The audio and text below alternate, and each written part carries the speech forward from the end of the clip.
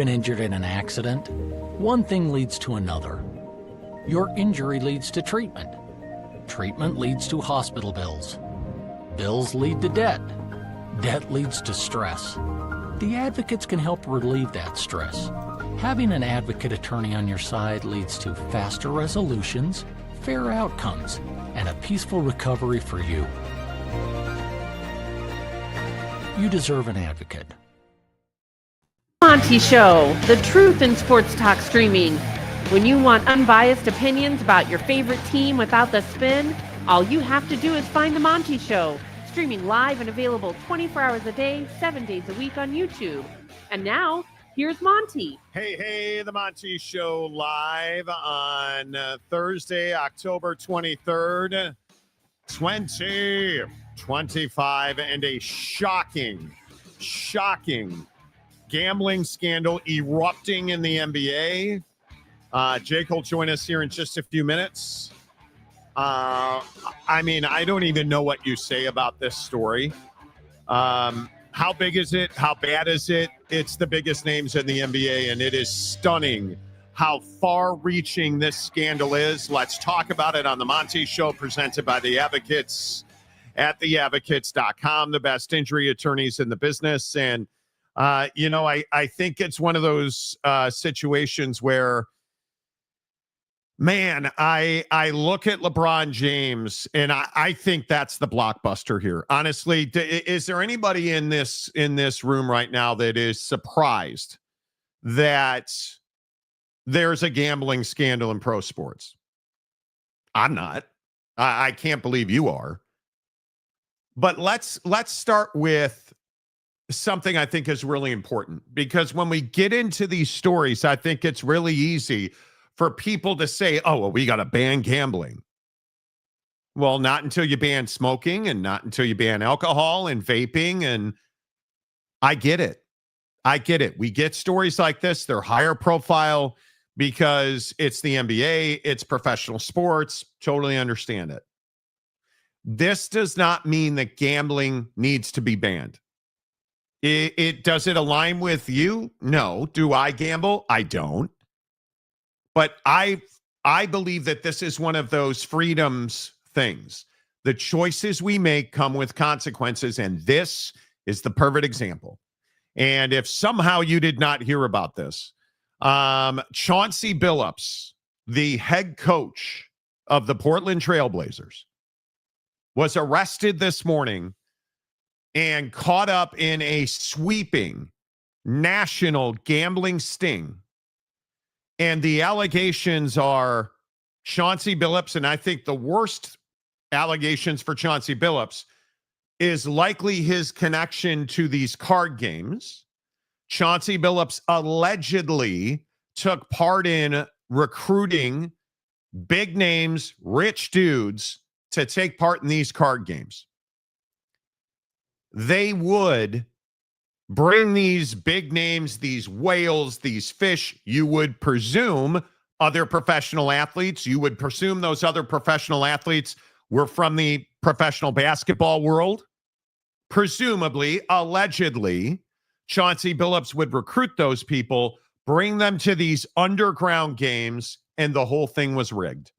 The whole thing was rigged. I know that's shocking, right? They would use things like this table right here. And if you look at this table, this is straight out of this is straight out of The Sopranos. This is an X-ray table where when you put your cards down, you see in the bottom shot, they're able to read what card you have.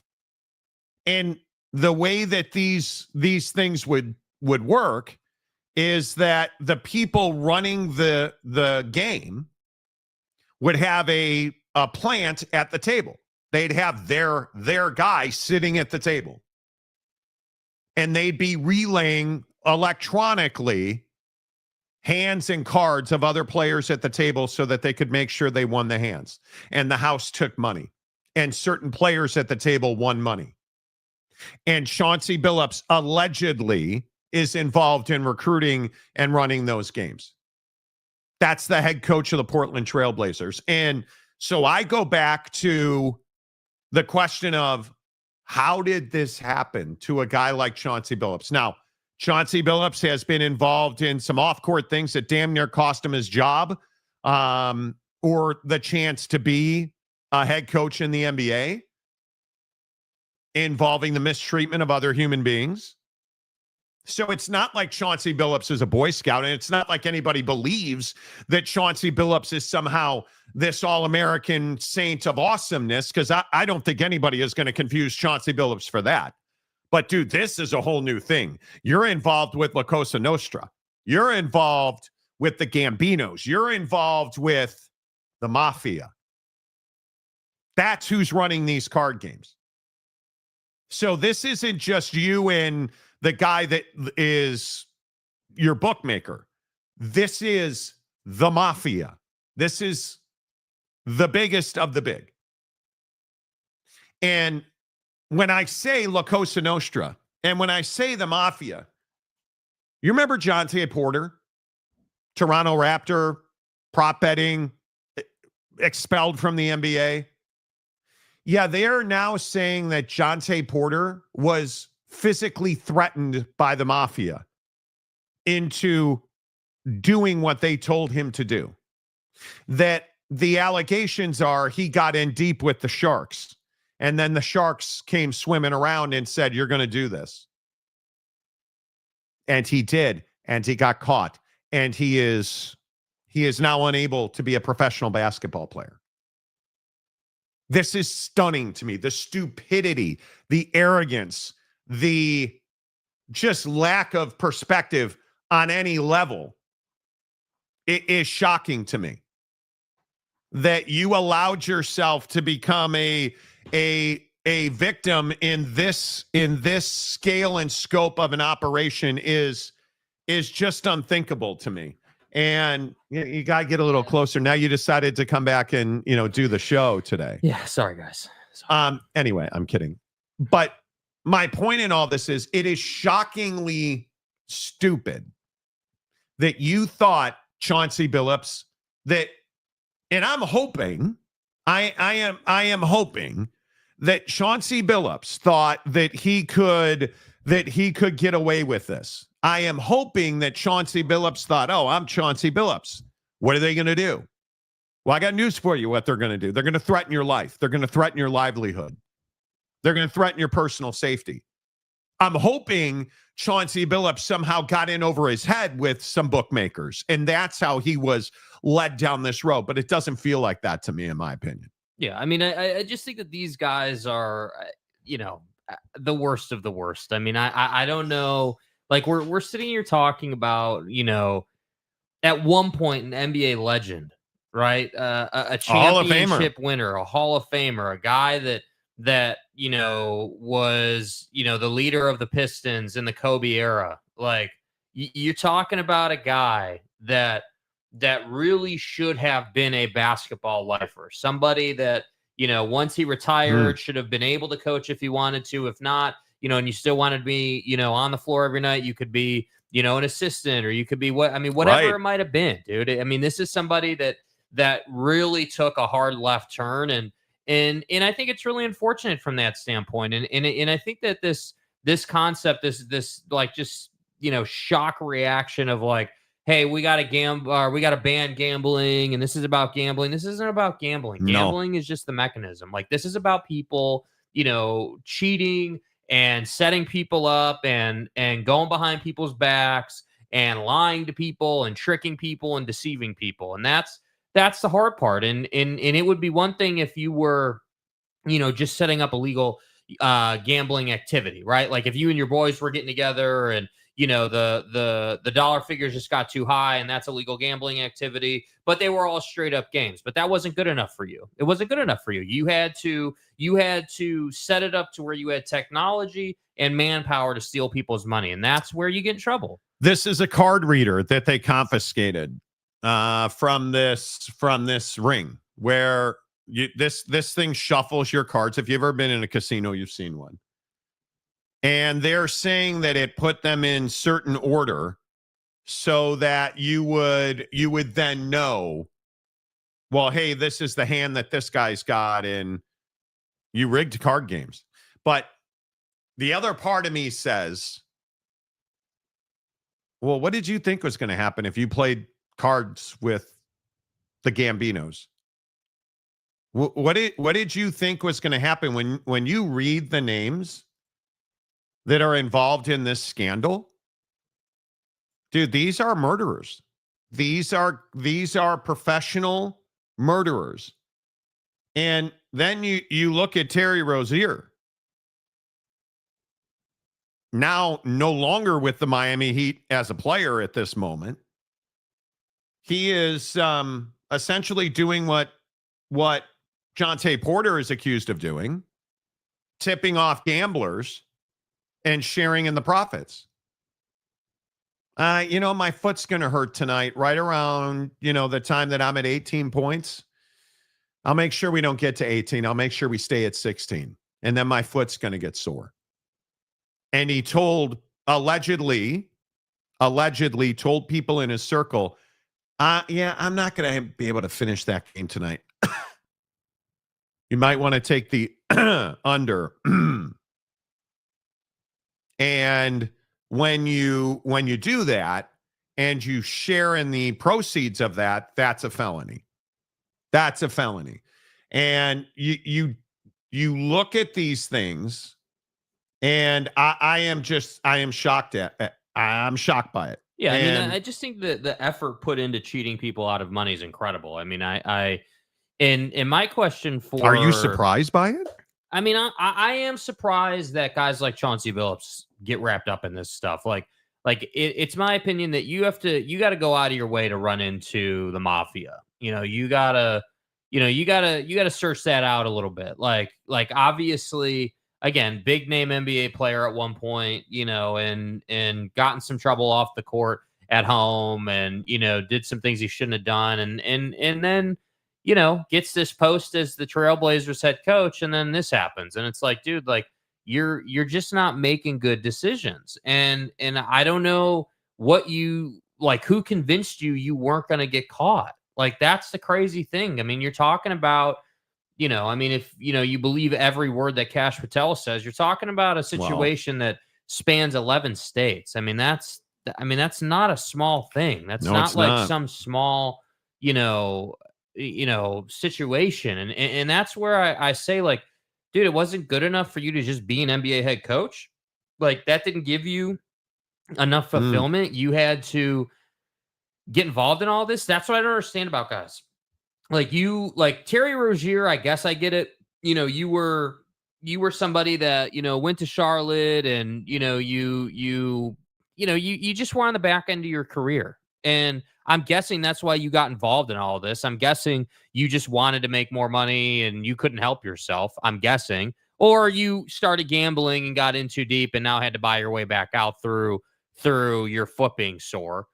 So it's just a series of bad decisions that leads to an FBI press conference where you're name dropping, these guys in close confidants of Bron and like all these dudes that are involved. And it just makes you wonder, like how often is other stuff that is spun off as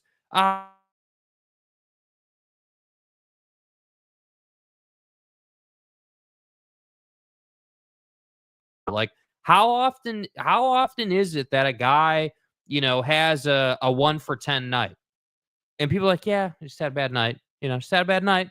Like, it's like, I don't know. It really makes me wonder. Like, clear what's like this one right here is egregious. This is Terry Rozier. Yeah. I mean, in the number 2, and that's Terry Rozier.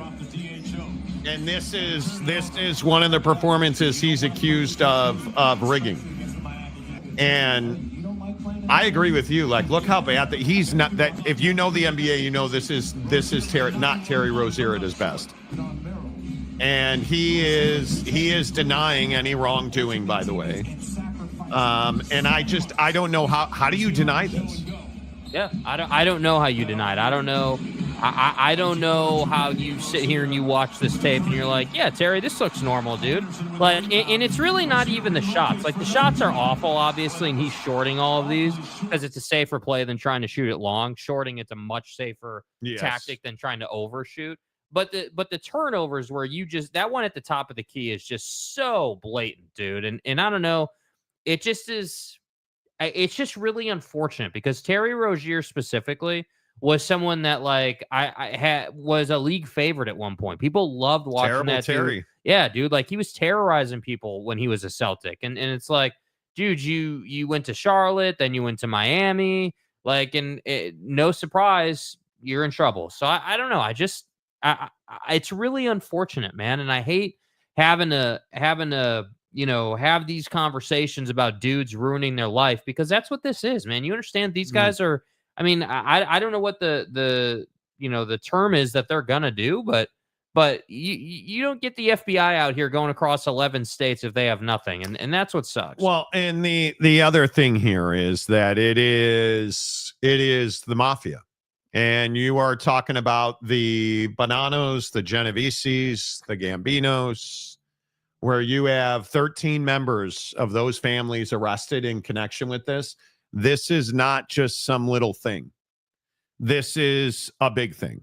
And then on top of that, the New York Post has linked LeBron James to this because the third NBA figure here is Damon Jones. And if you don't know, Damon Jones is infamous for being a teammate of LeBron's and then getting dunked on by LeBron. But they are very close friends. And Damon Jones is accused of selling not publicly available private information to the gambling world about LeBron James' status in games. That's a big deal because now it's not just Shohei Ohtani and that idiot Ipe. Now it's LeBron James. The Lakers are in this indictment. LeBron's in this indictment. Chauncey, Damon, Rozier, they're in this indictment. 3 crime families, same indictment. I mean, there's no getting away from this now. There is, you're not going to walk away when you have Damon Jones, who was involved in 2 games that were allegedly part of this scheme. The Lakers met the Bucks in February of 2023 and January of 24. And the Lakers and Oklahoma City Thunder in the same season. And there are 7 Laker games. 7 games linked to the Lakers. Right? Like in the 5 families in New York. I mean, you can tell me that the mafia does not exist in New York anymore, which is what people try to tell you. That's just not true. This is more proof that their thing, La Cosa Nostra, yeah, that's real. Even if Cash Patel can't say it, and he can't say Benino, and he can't say Genovese or Gambino, other than that. Might want to learn how to pronounce their name, I mean, it is terrifying to me that somebody like, Jonte Porter had his life threatened allegedly. Because that's what these guys do. Yeah, that's light work for the mafia, dude. That's nothing new. I mean, that's not. It's. Listen, I'm never really interested per se in the crime itself. Like the crime itself here is not hard to understand, right? Like get NBA player who's got lots of money to come over to someone's house or whatever, and you and the boys are in on it. Yeah, and and you're going to trick him into losing a bunch of money and then sell it off like there was nothing there. And so the crime itself is not hard to understand, but this is very much a twofold situation. And I'm curious how these are linked together because on one hand, you've got, rigged card games with Chauncey. But on the other side, you've got rig those charges. Yeah, I didn't rig those card tables that were fitted with X-ray technology. That wasn't me. But did you guys also hear that these dudes are wearing like contacts and glasses and they like You also understand that in 2023 on the Only Friends podcast, Chauncey Billups was called out and outed as somebody that was recruiting for these games. And they're talking about how Chauncey Billups would tell people, "Oh, these are high roller games. These games are on the up and up. It's just a place to come in, play cards in a safe environment." And it turns out all the cards were marked and people were wearing contacts and glasses so that they could see certain cards in the stacks and they knew when to bet and when not to bet. Like, I mean, it's amazing to me. It's amazing to me. I don't know. I don't know. So the question to me is, how are these two connected? How are they connected? Is the selling of the information around LeBron's availability, allegedly, is that in any way connected to what went on in the card game world? And were the same figures playing in the card game world also selling information, and that's where the mafia came in? Because in my opinion, and I'm not a mafia expert, but if I'm the mafia and I'm going to get involved in something this size and this scope, I need to have control of it pretty tight. Like, I need to be able to say, like, this guy, this is our dude. He's going to do several things for us, and we can rely on him to do those things, right? You can't have, like, 13 of their members went down today. Like, that's a massive blow to your operation, bro. That's not a small number. Should we ban gambling? I don't think we should. I don't think it's, I just don't think that the gambling is the issue, man. It's just like anything else in the world, dude. Like if we're going to go around and complain about, like, you know, banning guns or gambling or drugs or dude, everyone's got their vice. Everyone's got their issue, and everyone chooses, you know, when they want to do something wrong or they want to cheat at life, they're going to choose their own mechanism. And this time it was gambling. Next time it'll be, smuggling stuff across the border. I don't know. Like, everyone chooses their own thing, but gambling itself shouldn't be robbed from millions of people because these guys who happen to play in the league and happen to be privy to information the public's not privy to decided to abuse that privilege. Like, that's just not correct. Yeah, I think we don't want personal accountability. I think we all want freedom. Well, and now you're going to jail for X amount of years. Yeah, that's stupid. We should ban this. Wasn't my fault. That's what this is. And again, all of the people running around shocked that the mafia is still in business, you should not be shocked. The mafia never went anywhere. The mafia is there, and I continue to tell people, the mafia still leaves bodies in the street. You just don't hear about it as much because we're focused on all this other nonsense. But the idea that the mafia, like, and I can tell you, I'm 52. In high school, we absolutely had bookies at our high school. I mean, for the NCAA tournament, whatever the year was, Oklahoma won the NCAA tournament with Stacey King. That was one of the biggest gambling years of my life. I won a ton of money on that thing. And a guy that I knew had 20 or 30 pools running, and he was making stacks. I made stacks. He paid me. He's making stacks. Right? On top of that, I can tell you in college, guys I played baseball with used to go to, we would end a game and they would sprint back to the little locker room area, change, and get out of there because they were going to play cards. Guys I worked with in radio used to play in underground card games all the time in the city. This is not uncommon. What is shocking to me is I think most people go into those underground card games believing that they're on the up and up. And they're not on the up and up. People don't put the time and effort into those games to lose money on them. So I don't know how you could possibly think that it was on the up and up.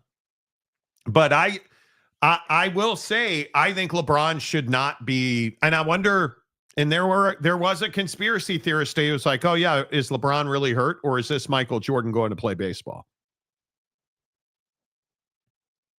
It's an interesting question, right? LeBron dealing with whatever LeBron's dealing with now doesn't seem so real.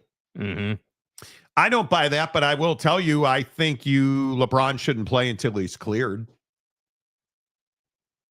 Because your best friend has a major role in the biggest gambling scandal in the history of the NBA. One of your best friends, Damon Jones. And we're supposed to believe that you had no idea he was selling your information? I have a hard time believing that. Mm-hmm. I have a hard time believing that. Well, and of course, the question is going to be, can they prove it? Right. I mean, I think knowledge is one thing, but proving it's another. Shohei Ohtani. Mm-hmm. I mean, the money came right out of Shohei's bank account, and he never got touched. Could the NBA withstand LeBron James fixing games? Could the NBA swap LeBron James in the Terry Rozier's position and survive? No. Do I think LeBron was doing that? I have a hard time believing that. Do I think that maybe if somebody, a close friend of LeBron's, approached LeBron and said, hey, bud, I'm in a tough spot. How you feeling tonight? My opinion is that LeBron cares about his friends a great deal. Do I think that he would do something like this? I would hope not. Do I think he knowingly told Damon Jones? I hope not. Is it out of the realm of possibility? Certainly not. Certainly not. Certainly not. Money makes people do crazy things. And Chauncey Billups, notice nobody's saying that Chauncey Billups is broke and that's why he did it. Notice nobody's saying that Terry Rozier is broke and that's why he did it. They did it to make money, in my opinion. Terry Rozier, if you believe the indictment and the prosecutor in this case, and you might want to, because Terry Rozier was in jail today wearing Charlotte Hornet gear. He was arrested, I think, at a hotel in Orlando and handcuffed and shackled in court wearing a Charlotte Hornets, I think, sweatshirt. Doesn't play for the Hornets anymore. But you look at the headlines on this stuff, and I do think, I just think this is the tip of the iceberg. There has to be more. There can't not be. Yeah. More. I mean, and that's what's hard is like now I'm like, all right, well, not that I think, Cooper Flagg is gambling. But Cooper Flagg last night, 0 for in the first half. Not good at all. Terrible. Garbage. Awful. Comes out in the second half. Gets going a little bit. Would you be surprised? Would you honestly be surprised? Like, that's what I'm talking about. Now I got to look at this and I be like, were you Roziering that, or did you just have a crap night? Because now I can't trust you. Were you Roziering that? Yeah, I can't trust you now. That's the hard part. Hey, Cooper, did you go Gambino? Right? That's the thing. That's what I don't know. And unfortunately, I just don't believe that we should be banning gambling because certain people can't control themselves. And if we're banning gambling, I think vaping should be banned. I think smoking should be banned. I think alcohol should be banned. Why don't we go after those things? Because they're not the sexy thing that just got used to steal money. Yeah. Like Travis says Le Gambler. Yeah. Chip. How about Damon Jones tipping LeBron's status? Well, that's what we were talking about. How about if you are in a pro sports league, you get caught gambling, it's a mandatory 1-year suspension. It's a lifetime suspension. There, you can't do the 1-year thing. That doesn't work. Yeah. Because if you do a 1-year ban, what good is it? Honest to God, what good is it? Because there's financial incentive. If you just can't play ball for a year, you'll get paid by the gamblers, by the Boninos, by the Genovese. You make their money for by them, the Gambinos. they'll take care of you. They'll take care of you. There are questions whether the entire U.S. stock is about to implode. There are only a handful of stocks holding it up. What does this have to do with anything? Yeah. I don't know. I think there should be 3 strikes. First time a year. No. There's no that. How is that at all effective? Again, James, this is you blocking the Mountain View in Provo or Salt Lake City. It is completely ineffective to be like, yeah, we're going to ban you for a year this time. Oh, you did it again? Yeah, we're going to ban you for 2 years. That's not going to stop anything. You get caught one time, you're Pete Rose. You're gone. Yes, you should be. And this is why I continue to tell you, all you buttholes that are like, oh, Pete Rose should be back. Bring him back. Let him. No, you can't. You can't. And why are we so desperate to? What, does that make us feel better as sports fans? Oh, well, gosh, Pete Rose, save Pete Rose. It doesn't matter that, he called into question the integrity of the game. Save him. He was one of the greatest hitters of all time. Save him. You pardon Diddy. Yeah, pardon Diddy. Even though you've got a million other things you should be focused on. Pardon Diddy. You build the ballroom. I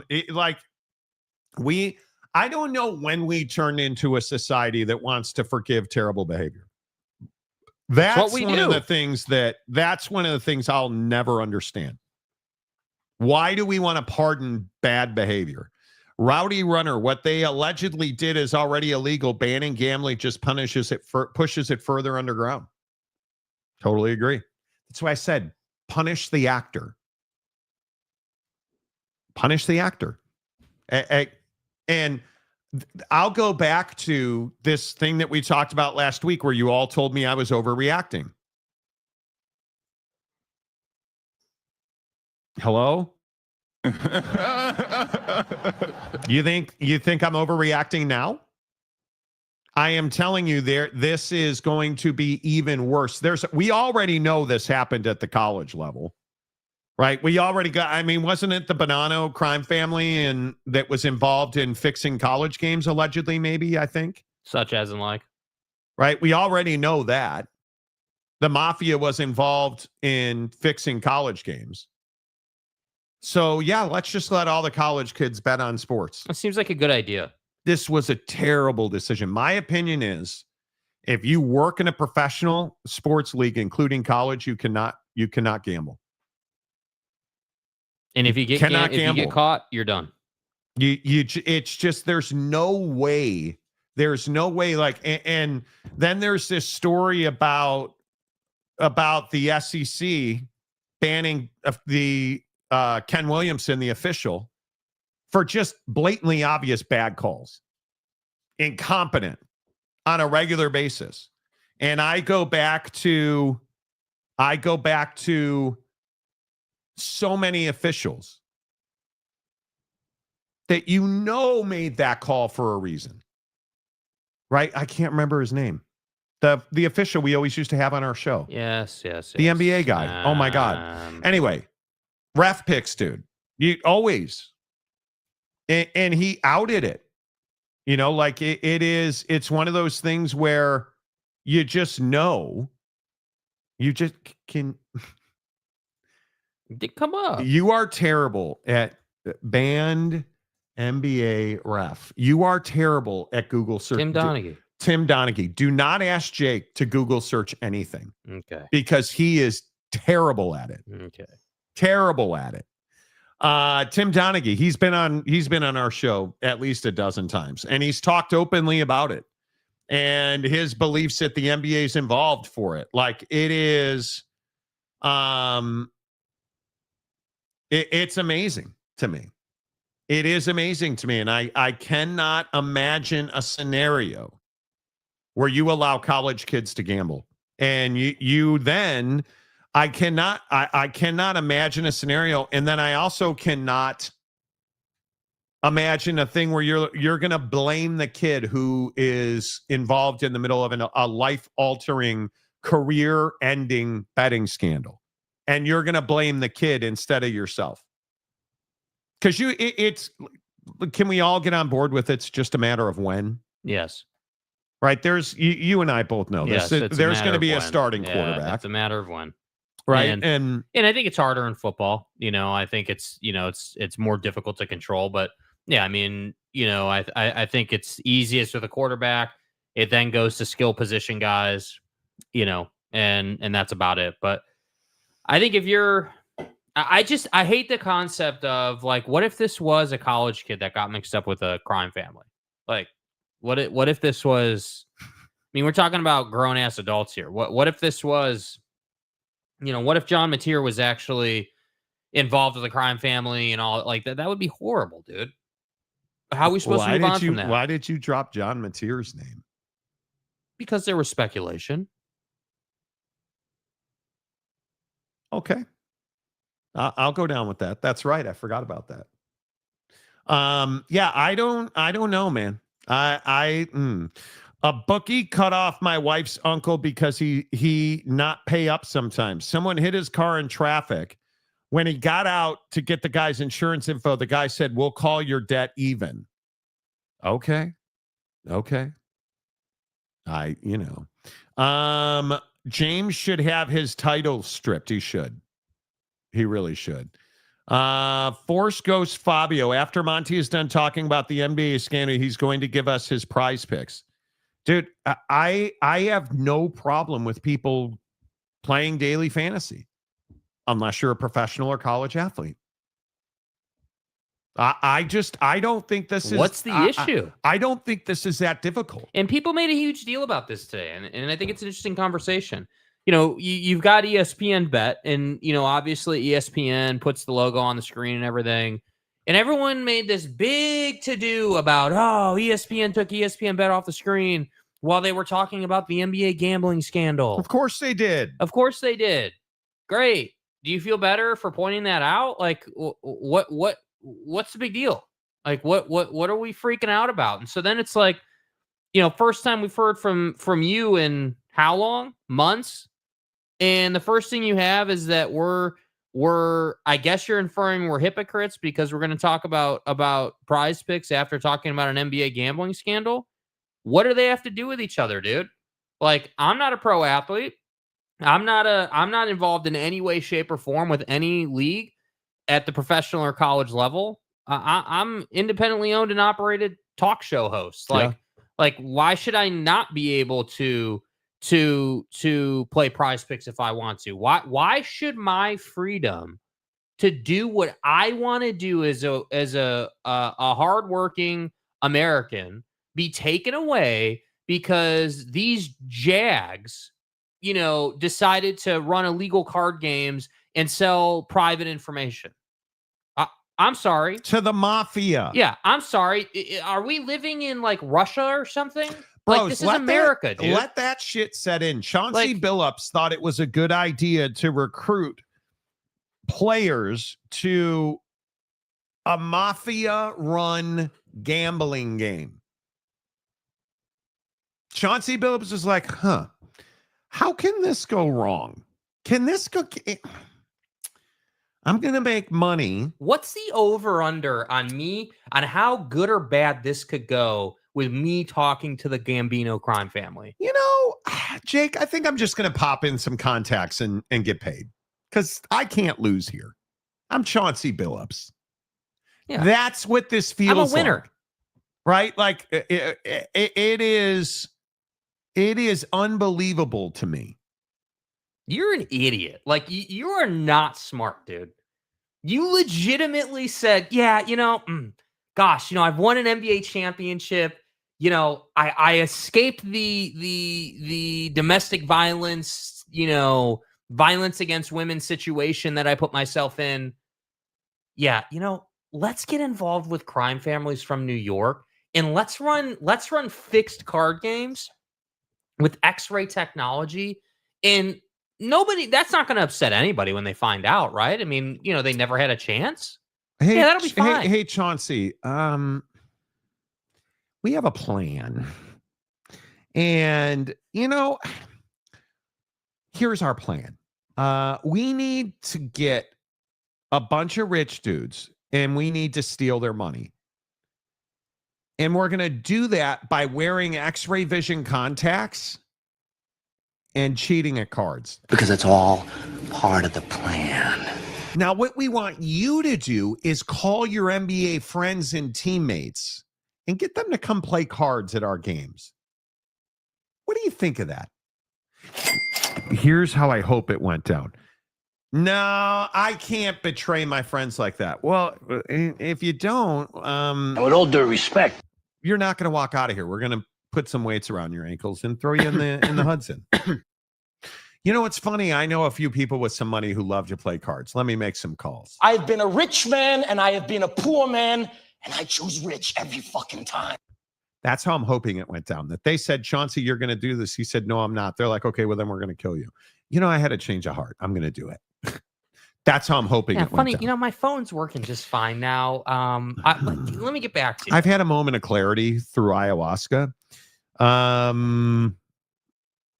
But you know what? Chauncey Billups and the allegations that had previously haunted him make me think that he was like, ooh, good idea. How much am I going to make? He's got no class. And when Terry Rozier was allegedly having parties at his house to count the money that he made by having a sore foot, I don't feel bad for Terry Rozier. I don't feel bad for Damon Jones. And again, I want to believe beyond belief that LeBron played no willing and knowing role. Hey, Bron, it's Damon. Little cap, little bag. Hey, La Hairline. I was just curious. Low over under. I was just curious. How's your knee feeling tonight? Oh, you feel fine. I don't know. Well, if your knee doesn't hurt, I'm dead.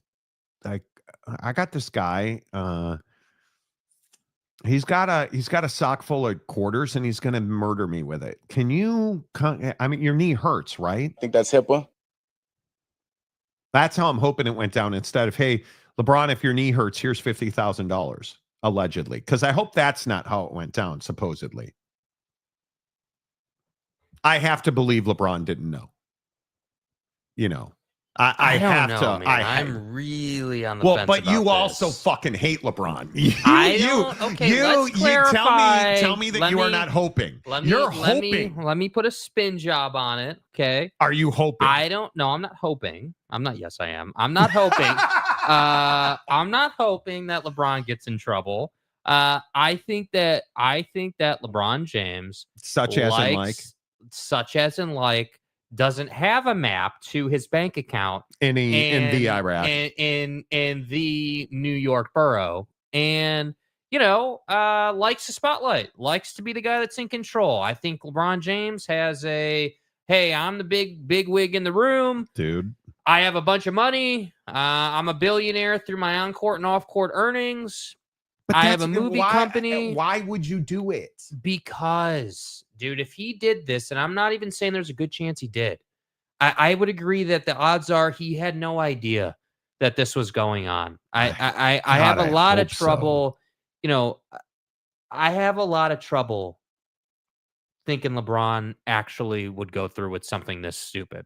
Like, I don't like LeBron, but I don't think LeBron James is stupid. In the biggest understatement ever uttered on this show, I don't like LeBron. I don't think bike rider, flag wearer, dad, cap, hairline, GM, that guy.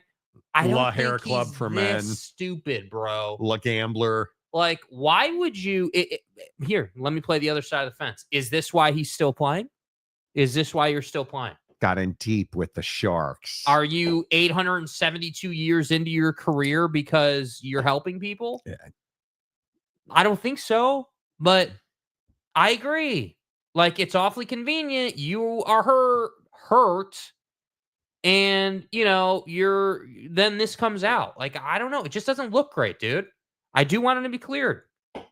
I do. I would like good old Cash Patel in his fat ass head to come out and say, hey, cross-eyed, me and my spiky ass hair have cleared LeBag. He can resume activities. Yeah, I think it's shocking. I think it's shocking. I don't even know. I'm stunned by it. The NBA, this is as dark as the NBA It begs the question. This is as bad as it can absolutely be for the NBA. This is a scandal that we have never seen in sports before, and unfortunately, I think it's going to become quite commonplace. What will it take for big-eared Adam Silver to get fired? What will it take for the owners to say, yeah, you know what? Like, we're on 871 different platforms this year in the league. While, yes, it's making a lot of money. Yes, it's extremely profitable. It just isn't the same. Like, we didn't get to it this week yet, but this whole thing about the Larry O graphic being at center court for the finals again. How was that ever a conversation? How is it that under Adam Silver, you've got the biggest NBA gambling scandal ever, literally, like ever in the history of the league? And my generation and younger was not there, was not coherent enough mentally to appreciate the quasi ban that was Jordan going to Major League Baseball. We weren't around for that, bro. That was a different commissioner in a different time in the league. Now here we are again. What does it take to get it right? Like, it's incredible. Look at that. X-ray machines? Like, I don't even. I mean, these are really serious charges, and Damon Jones and LeBron James are very close friends. How dumb do you think I am? I don't want to believe it. I don't. I am not. I don't love LeBron. I am a Laker fan. There's no question about that.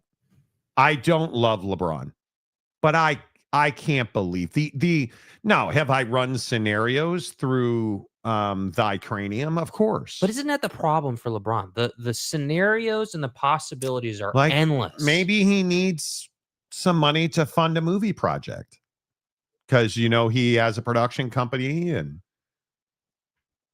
he got in deep with the Sharks. Like, I've thought through it. Who does? I don't want to believe it. I think LeBron is The mystique of, and this is something that's always been very present in people my age around LeBron. People my age tend to believe that LeBron James has always, because LeBron's always had like a crystal clear life, right? Like, the dude came from nothing in Akron, gets to the NBA, is the NBA poster child for 22 years now or whatever it's been. Like, he's had basically a perfect life after getting to the NBA. Like, obviously the upcoming was rough, but once he got there, everything's good. The upcoming. So people have long questioned, well, hey, how did LeBron stay clean all these years? How was there never a whiff, never nothing, no scandal, no issues? How is this nothing? How is this not gotten to the NFL, Jake? Because I'm sure it's going on in the NFL. Has to be. But here's the difference, dude. It is much harder in the NFL to do what Terry Rozier did. It is damn near impossible. The only guys that could do it are guys that are getting touches of the football regularly. If you're a running back, a quarterback, but it's also situational. So, like, if you're the mafia and you're looking at, well, how could we perpetrate something like this in the NFL? Linebackers and tackles. But, like, what would you do? Would you just figure out the easiest way to fix a line? Is that what you're, are you saying to rando quarterback? Are you saying to Drake May, hey, Drake, yeah, dude, we're going to need you to throw for less than 15. Here's 250 GUR, and we're going to need you to throw 2 interceptions today. Right. Like that makes sense to me. But outside of that, it's really hard to say you can't, like, to Terry Rozier, you can say, yeah, dude, you got to keep it under 20 points. Just keep it under 20 points for me, We need you to have an incredible cold streak in the third quarter. Yeah, just give me 19 and 10 and make it look legit, and we're good to go. But it's even, the card game. That's why I said, like, the card game thing is totally separate outside of sports gambling. And that's the sports gambling thing. Damon Jones, if he's guilty of what he's accused of, you're a POS. But here's my question. You sold out your friends. Yeah. You sold out your friend. Yeah. And then, because remember what he did. So he sold out LeBron James, allegedly. LeBron's hurt. And again, right? LeBron's hurt. You're looking at this. Jones, was sold by his pal, former Laker coach Damon Jones, as a prop bet. And then Jones sending text messages that say, get a big bet on Milwaukee tonight before the information is out. That's Damon Jones leveraging known information. So you can't tell me, and this is the part that I struggle with LeBron. LeBron at least knew what Damon Jones was doing. Did he play an active role in it, in my opinion? I don't know that. But in my opinion, LeBron knew exactly what Damon Jones was doing, in my opinion. He had to know. How would he not know? Mm-hmm. Right? Like, that's the thing that it's the Ohtani conundrum. How would he not know? But then on top of that, to further validate and cement what a POS you are, you lured your friends to big money card games that were rigged so that they would lose, and they didn't know it, and you did, and you still brought them there. That's what this smells of.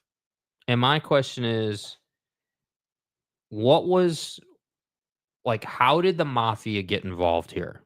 Because that's a great I don't even think it's that much of a stretch. My guess is that these guys play cards. Yeah, but not a guess. They all play cards on planes and in hotel rooms.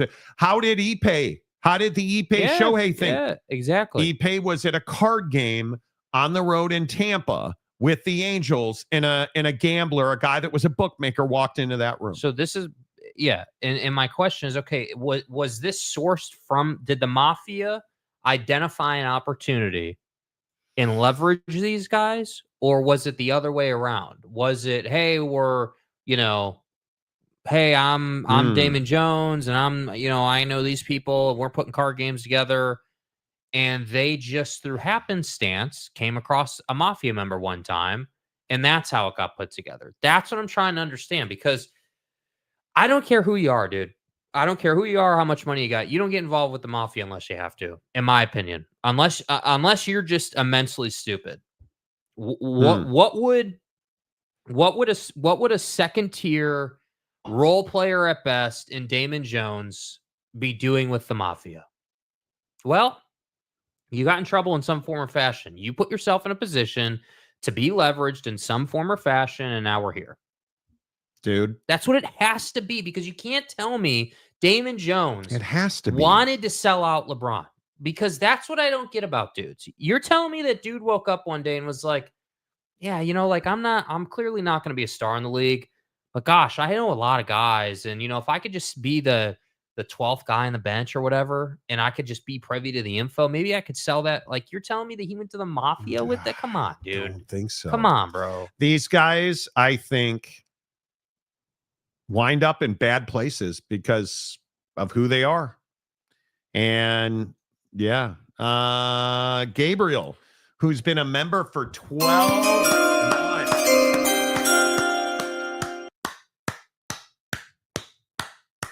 Anyway, sadly, Gabriel, I'm going to guess Damon Jones won more than UCF.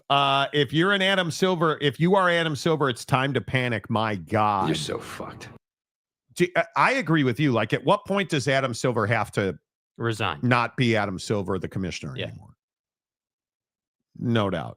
Hey, Tone, for $2. Uncle Monty saved me 10% on Black Ant and Buck Feed. Nice. I'm telling you guys, Black Ant is the stuff. And if you don't know the greatness of Bucked Up, I take their creatine, their collagen, their pre-workout, all of it.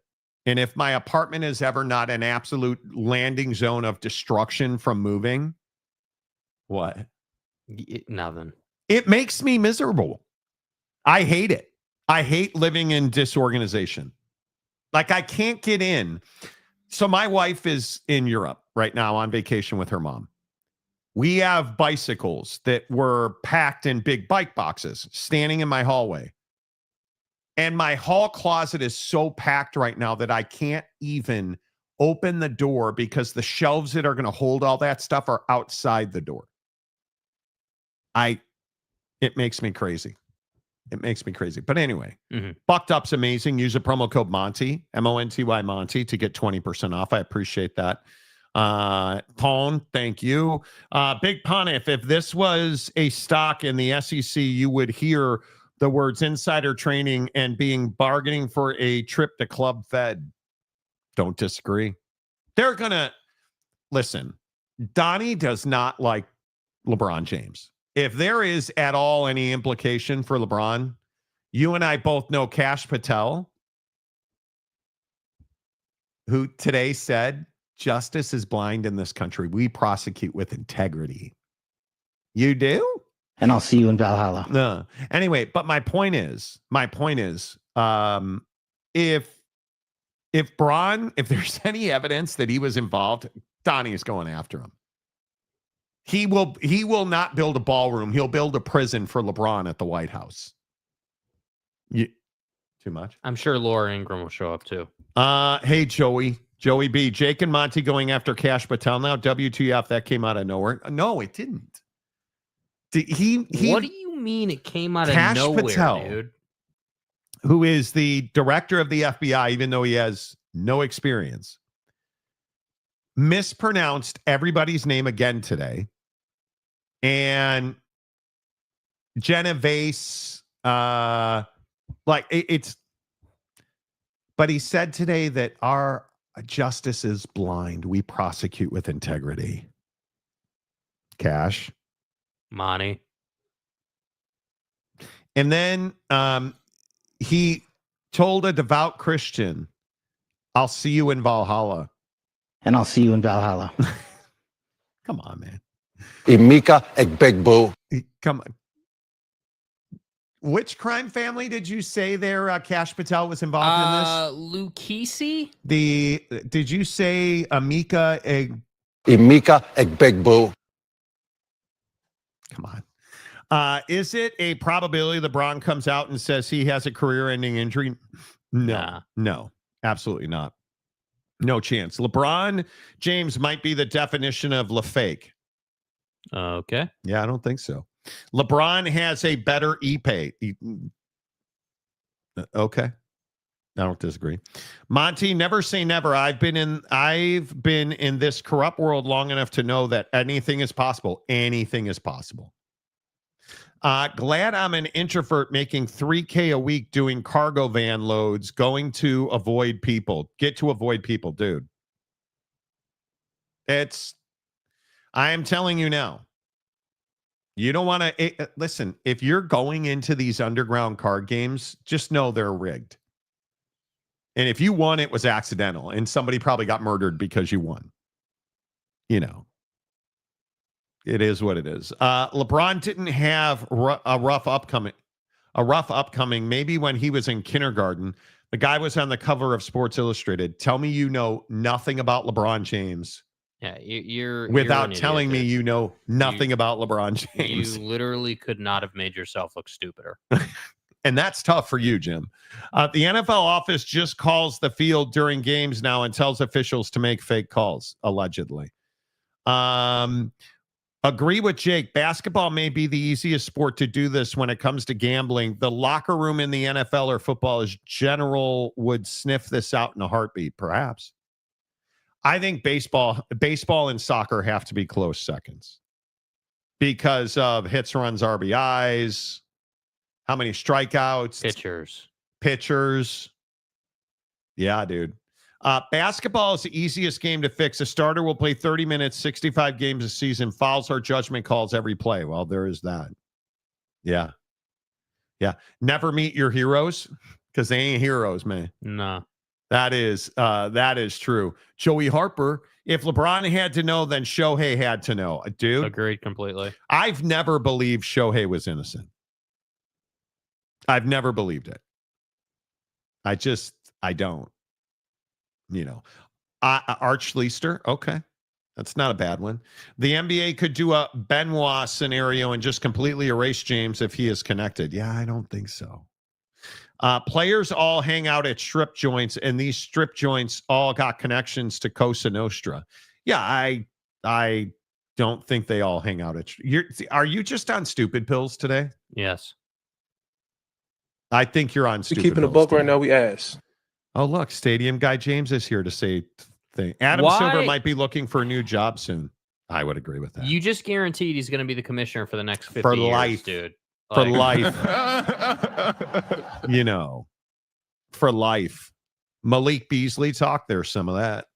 Has to be some of that. Look, you don't get investigated for nothing. Right? I mean, and the Cooper flag thing's very interesting. Absolutely. Absolutely. Monty needs to tell Bucked Up to bring back Blue Raz Energy. Oh, I did not know they eliminated it. The best Bucked Up product is Buckshot.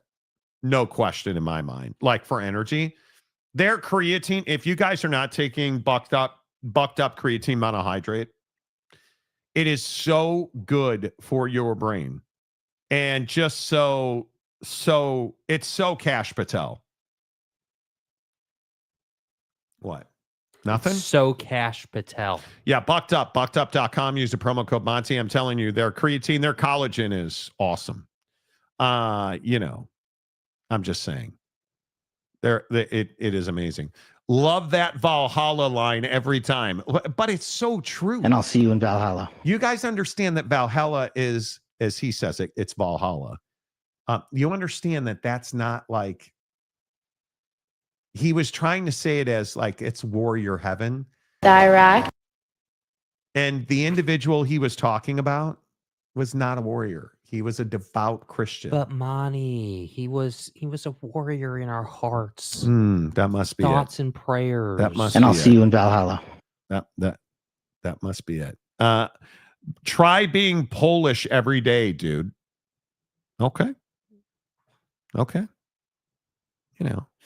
Gabriel, if you are Adam Silver, you look like a clown right now. He clearly doesn't have the handle on this league. Nope. Truer words have never Nope. been spoken. You know. Dude. Dude. Too bad Eric doesn't avoid the Monty show. Eric says something. He's not having a bad day today. Trump derangement syndrome, fat ass. Brother. Okay. The sad thing is he only makes $3,000 a week. The natural truth. The Stadium Guy James, who is a massive TCU fan. Which Horny James. James, how'd you become a TCU fan? And I love that James is doing this thing. I was reading the comment section yesterday because somebody told me they said something that, by the way, you never said that. James yesterday was like, oh, I have to go to a meeting. I'll be right back. Nobody cares. When did we start doing this thing in the comment section? We're like, I'll be right back. BRB. No, Don't you know who I am? just go and then come back. You know, 2002 FIFA World Cup soccer was the biggest scandal ever. I agree with that. When Cash is Vance's AG, will Monty's head explode? Well, that would mean JD Vance would have to get elected. Speaking of cheating. Underground games are suspect. If they were legit, they would have no reason to be underground. Correct. Well, games of that magnitude, that's illegal. Card games are illegal. Yeah. You know. Yeah. So. Because it's illegal. I just don't understand why. We are so bent on doing stuff like this. Yeah. Wait, what now? What did TJ Beck say? Monty, did your mustache fall out last night after TCU James mentioned it? Dude, you guys should be thanking me. I saved it. Legit, I saved it. I did. You did? Yeah. You were like, bro, should I shave this? And I was like, no, dude, you're halfway here. You didn't come this far to come this far. That's true. Now you just gotta let it finish out and see what I see what hate you it. think. I hate it. My wife loves it. Like we VC several times or video call. Well, Monty, we VC. I'm so detestable. I hate that so much. When people are like, oh, hey, man, hey, can I get those Q71 reports, please? We FaceTime. Mrs. Monty and I FaceTime twice, 2-3 times a day when she's gone. And she was like, oh, you're so handsome with the... She loves it. I think it... Why do you hate it? Because it looks like a fly trap, dude. I hate it. Like, it's terrible. And I think it puts probably 5 years on me. And I have such beautiful, soft skin. Supple, moist. Me? Gabriel, the mafia, games being rigged, people getting scammed. Why should I trust the NBA right now as a fan? The damage that is causing between the league and the fans is wild. And you look at the officiating and you just realize that you look at the Mavericks game last night. You look at the Cavs game. Look at how many calls the Cavs got last night. And I would just like to, for a moment, say welcome to Valhalla to Lonzo Ball, because that And I'll dude, see you in Valhalla. that dude's balling again. Yeah. How good? Good to did he see him look? playing, dude.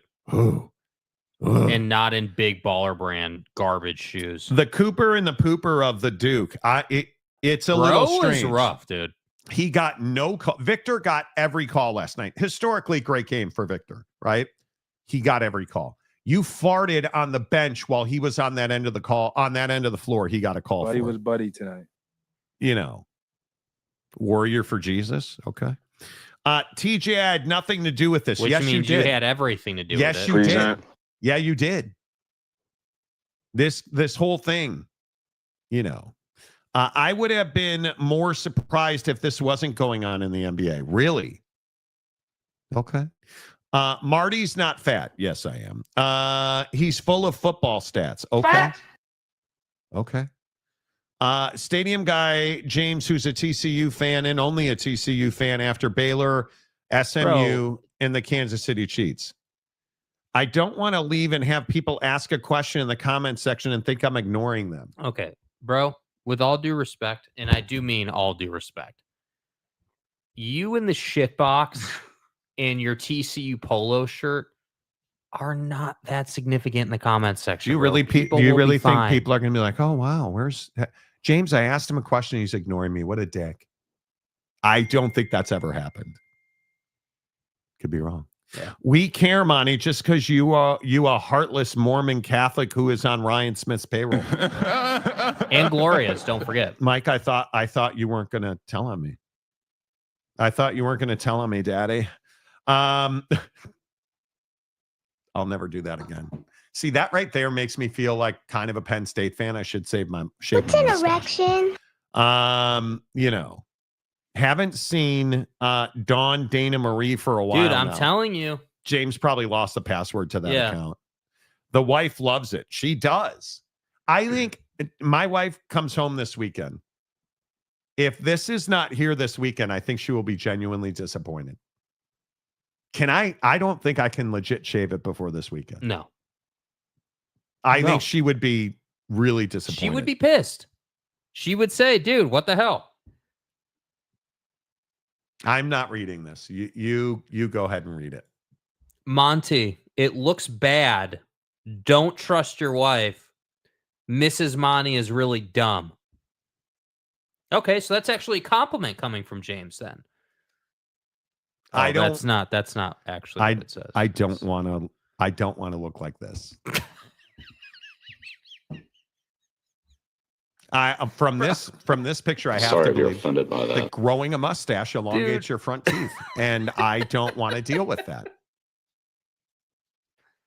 Bro, James needs a hug. He does. the look in his eye, though, in the picture, too, is kind of what makes it weird. Like, you know.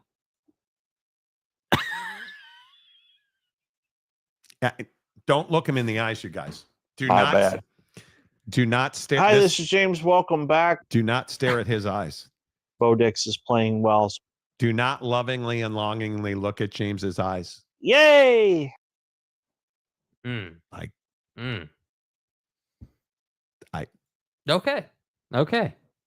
It is championship week. Yay! free mustache rides. Dude, bro, stop. It. We don't need to talk about the wife and mustache rides, bro. Monty, will you take my Aggies seriously if they win in Death Valley on Saturday night? Well, they're not gonna. They're not finna. I'm not I talking take them about that. seriously now.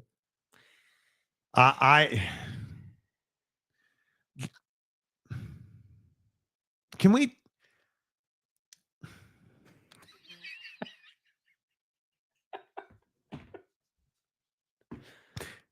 Do you guys believe that Brian Kelly should be fired? Now, remember that LSU is 5-2. And people want Brian Kelly fired. Do you believe that Brian Kelly should be fired? If they lose to a shitty team like Texas A&M, Yes. Yes. Texas A&M is 7-0 and undefeated in conference. Who are So, you, Alabama? Anyway, a shitty team like A&M. Yeah, he should be fired, dude. You know what? The interesting thing, Crest 11 football guy, if A&M wins that game, they're probably now the favorites to win the conference. Because and I would also remind you that game is 6:30 kickoff. Night games in Death Valley. Mm-hmm. Did I also mention A&M's favorite in that game by 2.5? At LSU. And we're wondering why people think Brian Kelly should be fired. Would you fire Brian Kelly? Yeah, I would. I just think they're not relevant. Like, who's talking about LSU, bro? You didn't even hesitate. Yeah, because it's much like the James Franklin situation. I mean, dude, Nussmeier went from Heisman Trophy candidacy to who the hell is Nussmeier? I mean, that can't happen, bro. Their offense has been bad. I would not fire him. I would give him another year. Yeah. I mean, yeah, and listen, if you're gonna go full NBA on it, and you have inside info as to when dudes are getting fired around other schools, and is this who we've become now? and you can plan that, then plan it and execute it. But I just think we're at a place where if you're not winning and you're not relevant, what are you doing? Oh, that's right, you're just spinning and burning cash. That's it. Yeah, I don't know that I can fire Brian Kelly. And I have no love for Brian Kelly. I think you guys know, as a unapologetic Notre Dame fan, I have no love for Brian Kelly. And this might be true. Beating LSU this year means zilch. It would mean that you're in control of the SEC. I mean, and I was looking at this is a really light week. Because it's garbage. If there was a rest week in the SEC, this is it. I mean, I look at Ole Miss, Oklahoma. I would expect Ole Miss to comfortably win that game. I would expect, what's the other game? Missouri, Vanderbilt. I don't feel like that's a big game. Right? The other game is Texas A&M and LSU. Mm-hmm. And how is LSU a dog at home in a night game?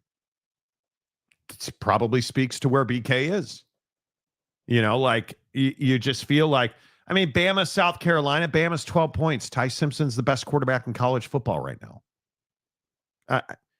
I think it's very interesting. You look at that league, you look at the Big Ten this week.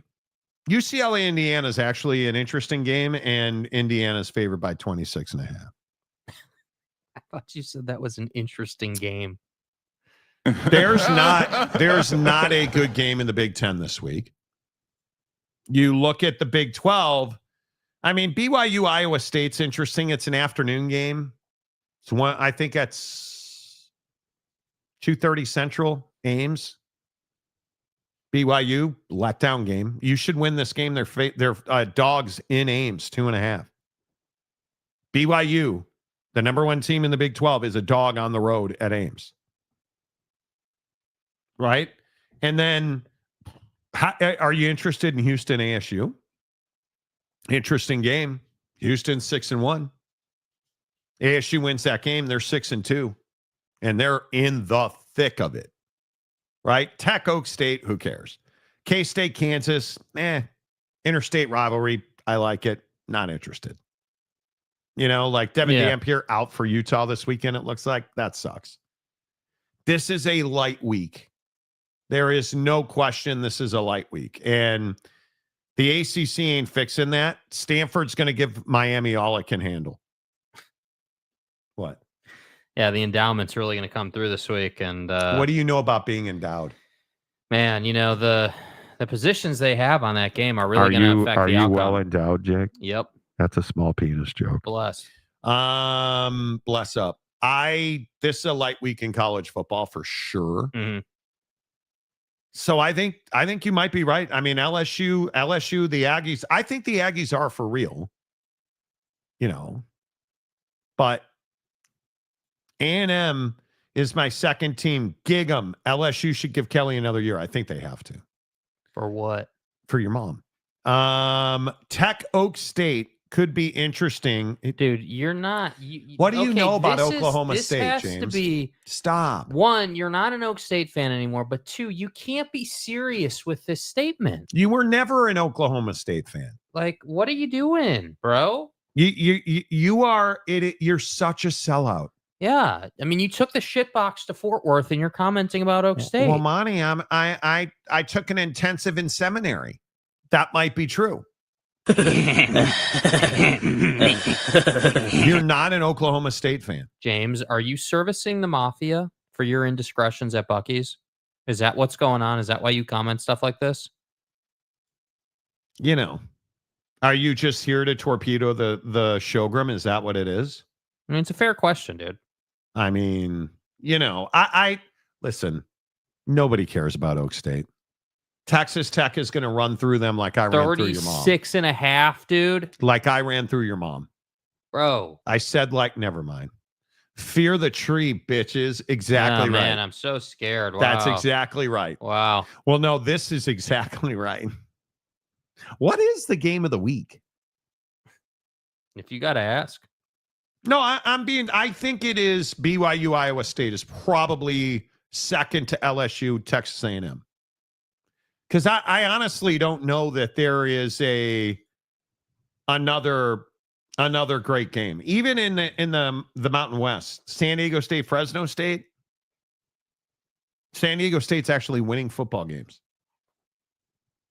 If you can believe that. They're actually winning games. But this is an extraordinarily light week. Yeah, we need to get back on the gas pedal here.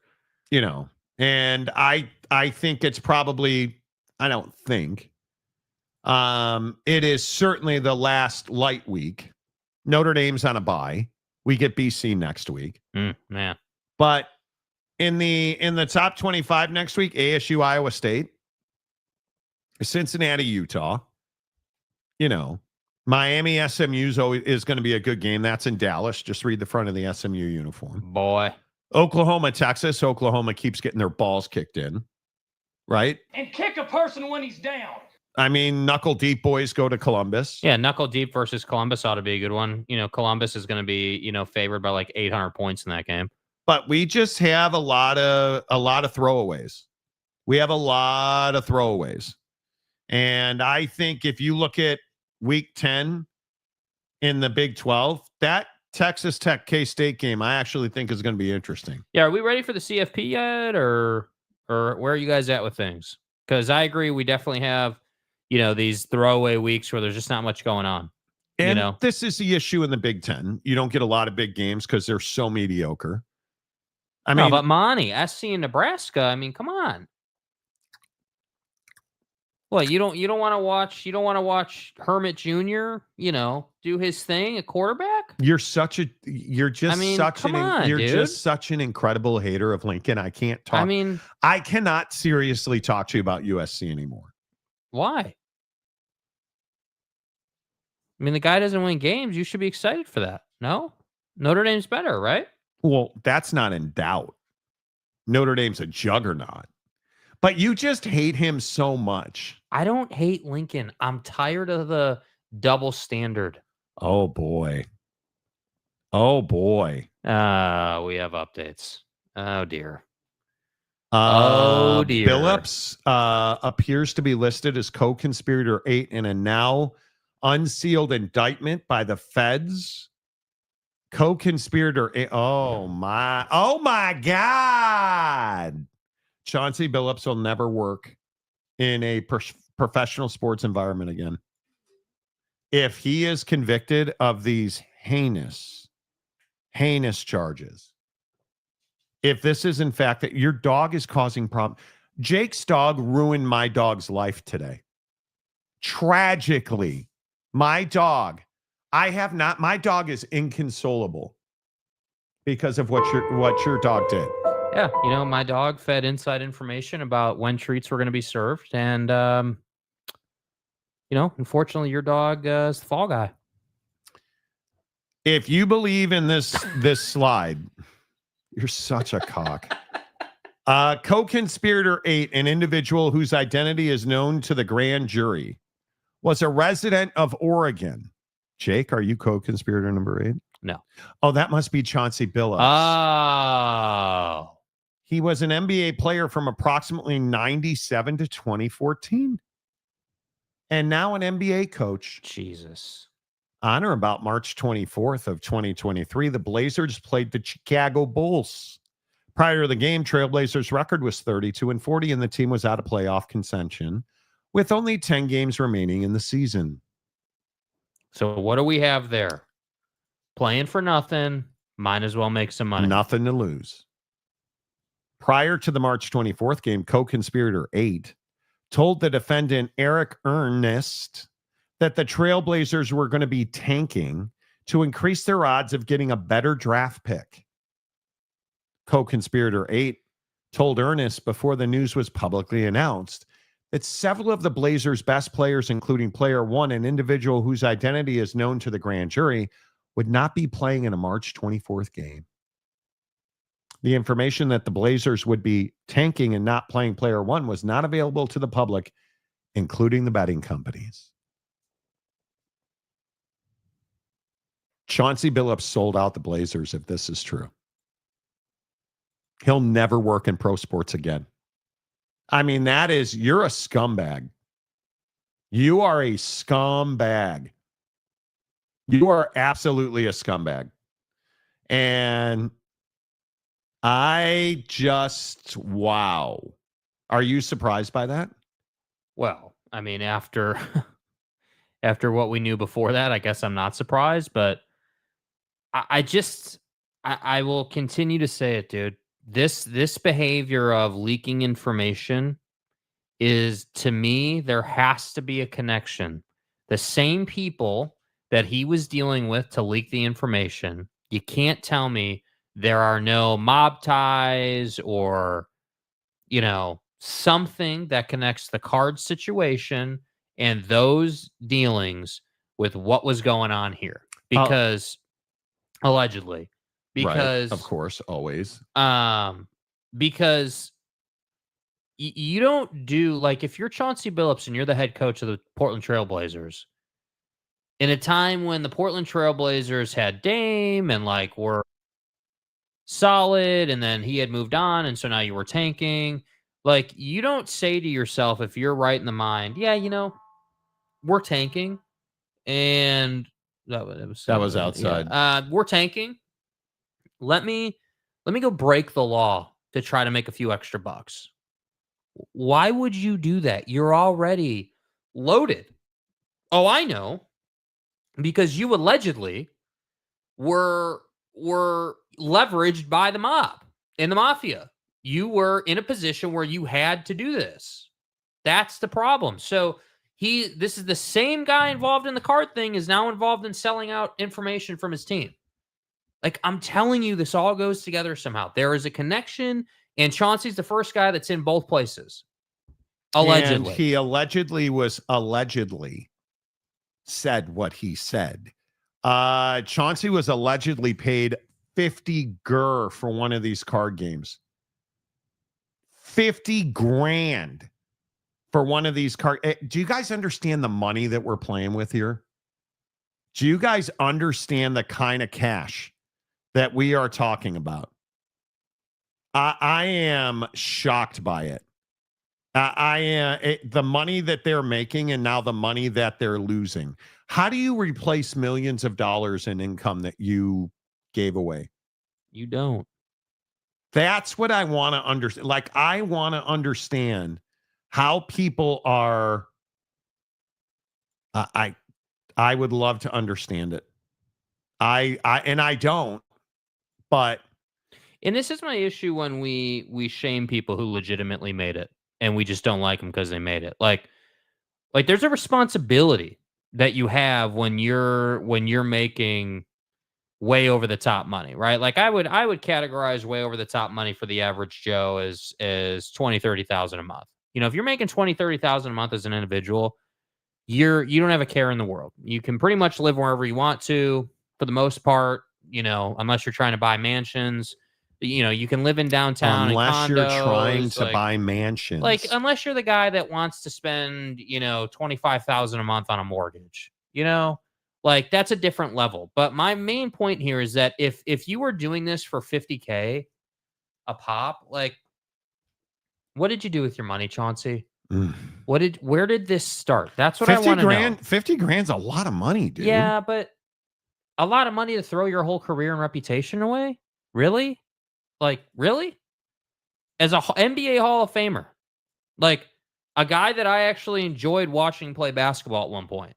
You're just gonna throw all of that away. You're really that? Okay. Over 50 grand as an NBA dude. These guys. I wish I had. I wish I Dude, had Jake money. That bro, 50 grand doesn't matter. NBA players piss out 50 grand, dude. This is not. This is not a lot of money to these dudes. I'm just telling you. Apparently, it was a lot of money to Chauncey, though. Well, that's what I was going to say. Like, I think 50 grand's a lot of money. I think 50 grand is a lot of money. Now, obviously, Chauncey Billups, they asked for no bail. Mm-hmm. Well, they asked for no bail or exceptionally high compensation in lieu of custody. So they're asking for a lot of money on this. So I don't know, man. I think, Chauncey Billups sold out the Blazers. Would you ever even consider employing him? No. Nope. I am amazed by it. I am. We have stuff like this happening, and Trevor Bauer's still not in Major League Baseball. Like, we have degenerates like this, and we're still blacklisting people for stuff that we just don't like, but that's not illegal. And I don't know, man. I just think that what is Adam Silver going to say about all this? What is you know, I mean, at some point LeBron's going to have to answer questions, right? I mean, someone's got to have the balls to ask him about this. No, you think somebody would bring this up to him? How do you not? It's your best friend or whatever. One of his best friends. And I think that's going to be, is this going to be Donnie disavowing Epstein? Yeah. I don't know, bro. I think that's probably what this is. Yeah, I don't know, man. I think that the rabbit hole just keeps getting deeper for Chauncey, man. Yeah. Yeah, I don't know why they extended. Well, they clearly didn't know about this. Clearly. Well, they're probably going to be another. Did you hear that Donnie's going to pardon Diddy? Does that upset? Like, when you hear that Donald Trump is going to give Diddy a pardon, like, does that infuriate you? Well, I chuckle about it. I don't think it doesn't infuriate me. It's I'm just kind of tired of the office of the president, generally speaking. This isn't specific to Donnie. Like, you could apply this to Biden. You know, I'm just tired of leadership in our country being old white dude who just has no respect a laughing for. Stock. Yeah, it's a like laughing it's just stock. There's no prestige to it. There's no professionalism. It is really, it's fallen off a lot. And you know, Biden, I just an awful president. Trump, in my opinion, is an awful president. But you know, I'm not surprised. And I think when Donald Trump gets asked, hey, why did you pardon one of the most prolific Bitcoin criminals? and he doesn't even know the guy's name. Oh, he knows the guy's name. Well, the guy, he pardoned a Bitcoin guy today. But why did he pardon him? Because that guy is very closely tied to the Trump Bitcoin, the Trump crypto coin. That's why he pardoned him. He's associated with the Trump coin. So he knows his name. This is that thing where he's like, Jeffrey who? It's like pardoning George Santos last week. The guy quite literally stole people's money. And we're like, yeah, it's fine. But at least with Santos, he didn't pardon him. He commuted his sentence. Do you guys know the difference? Do you know the difference? No. When you pardon somebody, they get a get out of jail free card. Your record is wiped. You never, Diddy, if he's pardoned, never had Diddy parties. It's like the Diddy parties never happened.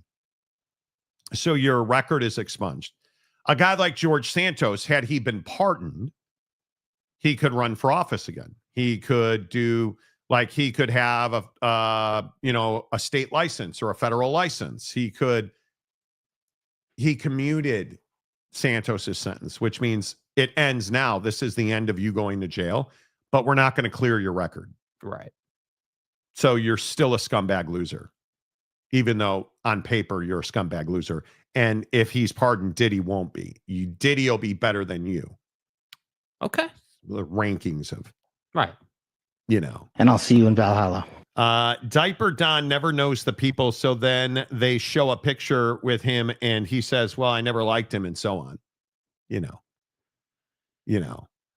The Trump coin is the definition of pump and dump. It killed a ton of altcoin gains. Well, it did. I would agree with that. Yeah, I'm really past the Trump sucks, Biden was old. Like, I'm just past the drama, dude. Like, I'm ready to have a president in office who is actually a leader of some kind. Like, it's not even the political differences, but like, I look back on the political discourse in our country before Donald Trump was involved, and it just was a lot more respectful and civil. It was in my opinion, a much more productive place to be conversationally. And that's what we as people need. And I just think that our country, I would agree. We're sitting here talking about, corruption and, all this nasty stuff, all this terribleness. And the reality is, like with this NBA stuff, it's a good parallel. Like with this NBA stuff, this legitimately makes me wonder, LeBron's out tonight. Why? What happened to... Is his groin really sore? What happened to, I'm LeBron James, I've played the most games, the most minutes, the most shots, the most points, I'm the best ever, I'm out here whether people want me to be or not. What happened to that narrative? Because that narrative is gone now. Like, it's over. Like, we're not talking about that. LeBron's not talking about, no one's talking about it. And I just feel like every day that goes by, there's always something that's changing the things we used to enjoy. And right now it's the NBA. It was Major League Baseball. It was college football. It was the NFL. Like, what? I do miss the president of the United States being somebody that's powerful and influential around the world. It's so funny. Like, we do a bunch of e-commerce stuff. And I was talking to a supplier. I was reordering a product.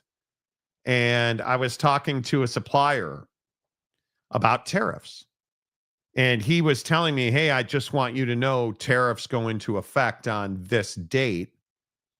I would advise you to order before this date to avoid paying tariffs.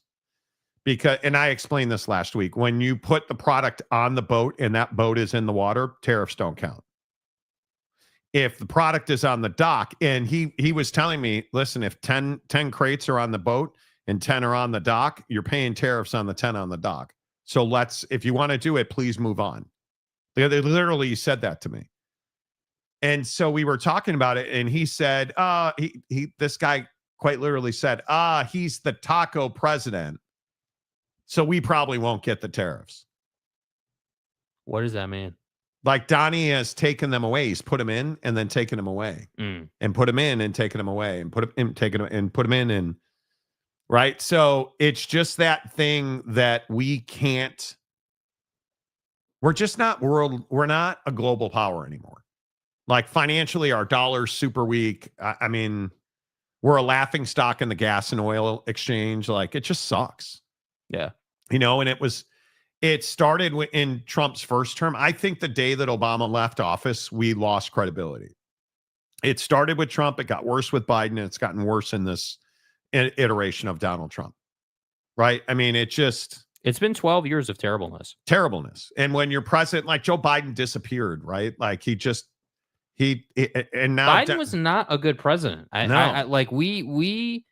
Like everyone always seems to think, oh, it's all on Trump. It's all on Trump. Like 9 times out of 10, I'm not a big Trump guy. But I don't think that a lot of people are Trump people. I just think that it's this thing where like we went from it's almost like, and again, there were things that Obama did that I didn't like and people didn't like, but that's not really the core thing. The core thing is, at least with Obama, when you had issues with the things he was doing, you could truly have a discourse about it and find productivity in the conversation to where it's like, hey, well, Obama wants to do this thing, but here are some of the Republican things that are inside of that thing because there was a compromise made that helped both sides. Like you could legitimately work together. Could you imagine Ronald Reagan having an affiliation with Jeffrey Epstein? Could you imagine George W. Bush, Herbert Walker Bush? Could you imagine them having known affiliations with, and then lying about it and covering it up and putting in, like, we're just a laughing stock. We're a laughing stock. And I think it is what I miss most. Again, I fantasize about the 80s. I grew up with Ronald Reagan. I'm a Reagan Republican. Yeah, I'm a Reagan Republican, and I really miss the solidarities of being American. I miss being able to talk about politics. I miss Oliver North. I miss the Nixon tapes. I miss like when we had political corruption and you actually got in trouble for political corruption. We're just a laughing stock. And so to me, it's just a really interesting thing that we joke about pardoning all these dudes. Right? We joke about, like, where do you get to mentally? How do you get to a place mentally where you're like, yeah, pardoning Diddy's a good idea? Or how do you pardon George Santos of all the people? Santos, like, how do you? We were talking about a pardon for Ghislaine Maxwell. And I guess I guess the difference is I can't relate to someone who is directly involved and has clear ties to all these different people that are getting pardoned. That's the thing. Yeah. And it's hard. It really is hard to accept that. Oh man. That politics is one thing, but the corruption side of it is what really bothers me. I mean, we're sitting here talking about a president wanting the taxpayers to pay him, $250 million, like $300 million. I don't know. I just miss being able to openly talk about being a proud American. I miss being able to talk about politics. And I'm passionate about politics. I follow it closely. I know the issues. You can't talk to your neighbor about it. Living in this condo tower, it's a little microcosm. People will talk about your dog. I have a really beautiful dog, and everybody talks about my dog. I would never, it's amazing how many people won't talk about politics. Talk about your dog. They'll laugh as your dog takes a dump on the street and they're walking by you. You can't, I just miss being American. I miss having pride in America. That's the World Series is a very interesting spin on, well, the reason that Canada is so involved in the World Series, like the average Canadian. I was actually talking to a Canadian in Manitoba about this today. They're so excited to beat America. Does that resonate with you guys? Like, they're not excited for the Blue Jays to win the World Series. because, well, they're in they're in Toronto, and we're excited that a team in Toronto is going to win the World Series. They're excited to beat America. Mm-hmm. That's where we are, and it sucks, right? We can't. I like, I look at the stock market. I was talking to another guy about the stock market today, and he was asking me if I thought the stock market was going to crash. And I said, well, the stock market's cyclical, and there's always. And he's like, yeah, this is different though. And he went into these 10 things about how he's got 5 of these stocks, and I don't want to out the stocks, obviously, but he's got 5 of these stocks, and his wealth manager is telling him, hey, we want to move this and put it over here. And because when the crash happens, and it's like, when I'm talking to people and they're asking me about what how much do I think my restaurant will be impacted by the Argentinian beef situation. Mm. Like, I'm talking to a restaurant owner today. And he's like, hey, I need more customers because I can't afford beef, and this Argentinian beef thing put one of my beef suppliers out of business, the guy said to me. Like, dude, that's brutal. We're spending money on Argentinian beef. That's what's wrong with America. And celebrating it. Right? That's what's wrong with America. And it's frustrating right now. Yeah. It is Hollywood for ugly people. Politics is Hollywood, right? I mean, it's crazy. And the other it's guys like Clownski. You can't have an honest conversation with Eric Wasikowski about anything. That's the issue. Like, you just won't. We're in a government shutdown. And did you guys see the War Department put out a video of Pete Hegseth flying an F-16? He wasn't flying the F-16. He was in the rear seat. And they want you to think he was flying the airplane. We're not even. And I would remind you, gold is always a good investment. I would always tell you to buy gold. Gold's fantastic. Right? I don't know. It's fine. It is. Yeah. I just said gold is always a good investment. It is. I don't know. I don't know how we got. Oh, the pardon thing. Yeah. Right. Like, I wish that we were all united behind putting Epstein and his co-conspirators in prison for the rest of their lives, not pardoning them. That when you're a fraudster, a convicted fraudster like George Santos, that we put you in jail for the rest of your life, but not pardon you or, commute your sentence. That Sean Diddy Combs should never be able to walk the earth again. But we don't. Like, it's just, yeah, it's weird to me. It is what it is. I don't mean to go too far. Speaking of outrageous wealth, did you guys hear the story about Shaq today? This resonated with me like, holy cow. So you guys may know that Shaquille O'Neal is a car enthusiast. I believe his car collection, he's had at one time close to $100 million in automobiles in his ownership. I think he's down to like 3 million now. And the reason his cars are so valuable is because he takes, I don't know, a Range Rover, for instance. He customizes a Range Rover to fit his 7-foot frame.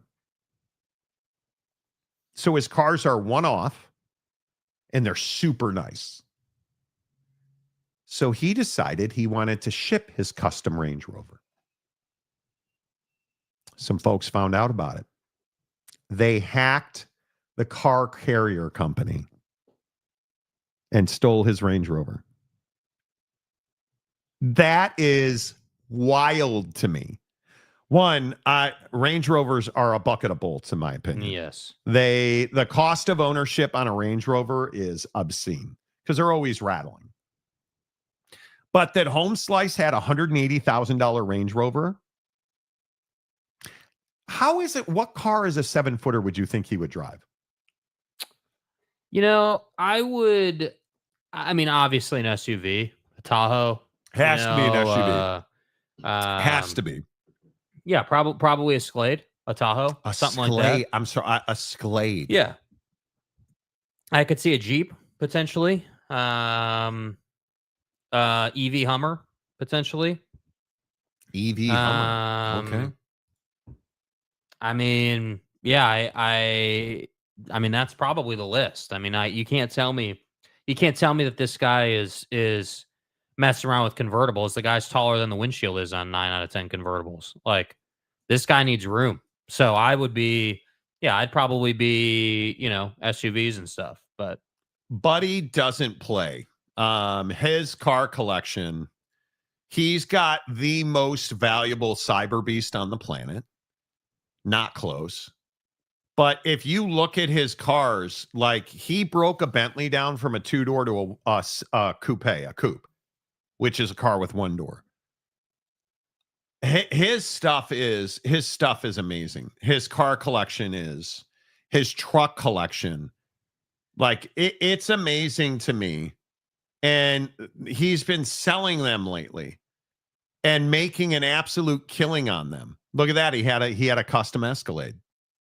Like, and I hate Cybertrucks. Same. I think the Tesla Cybertruck is absolutely trash. If you guys have followed me on Instagram at all, you know that I drive a BMW.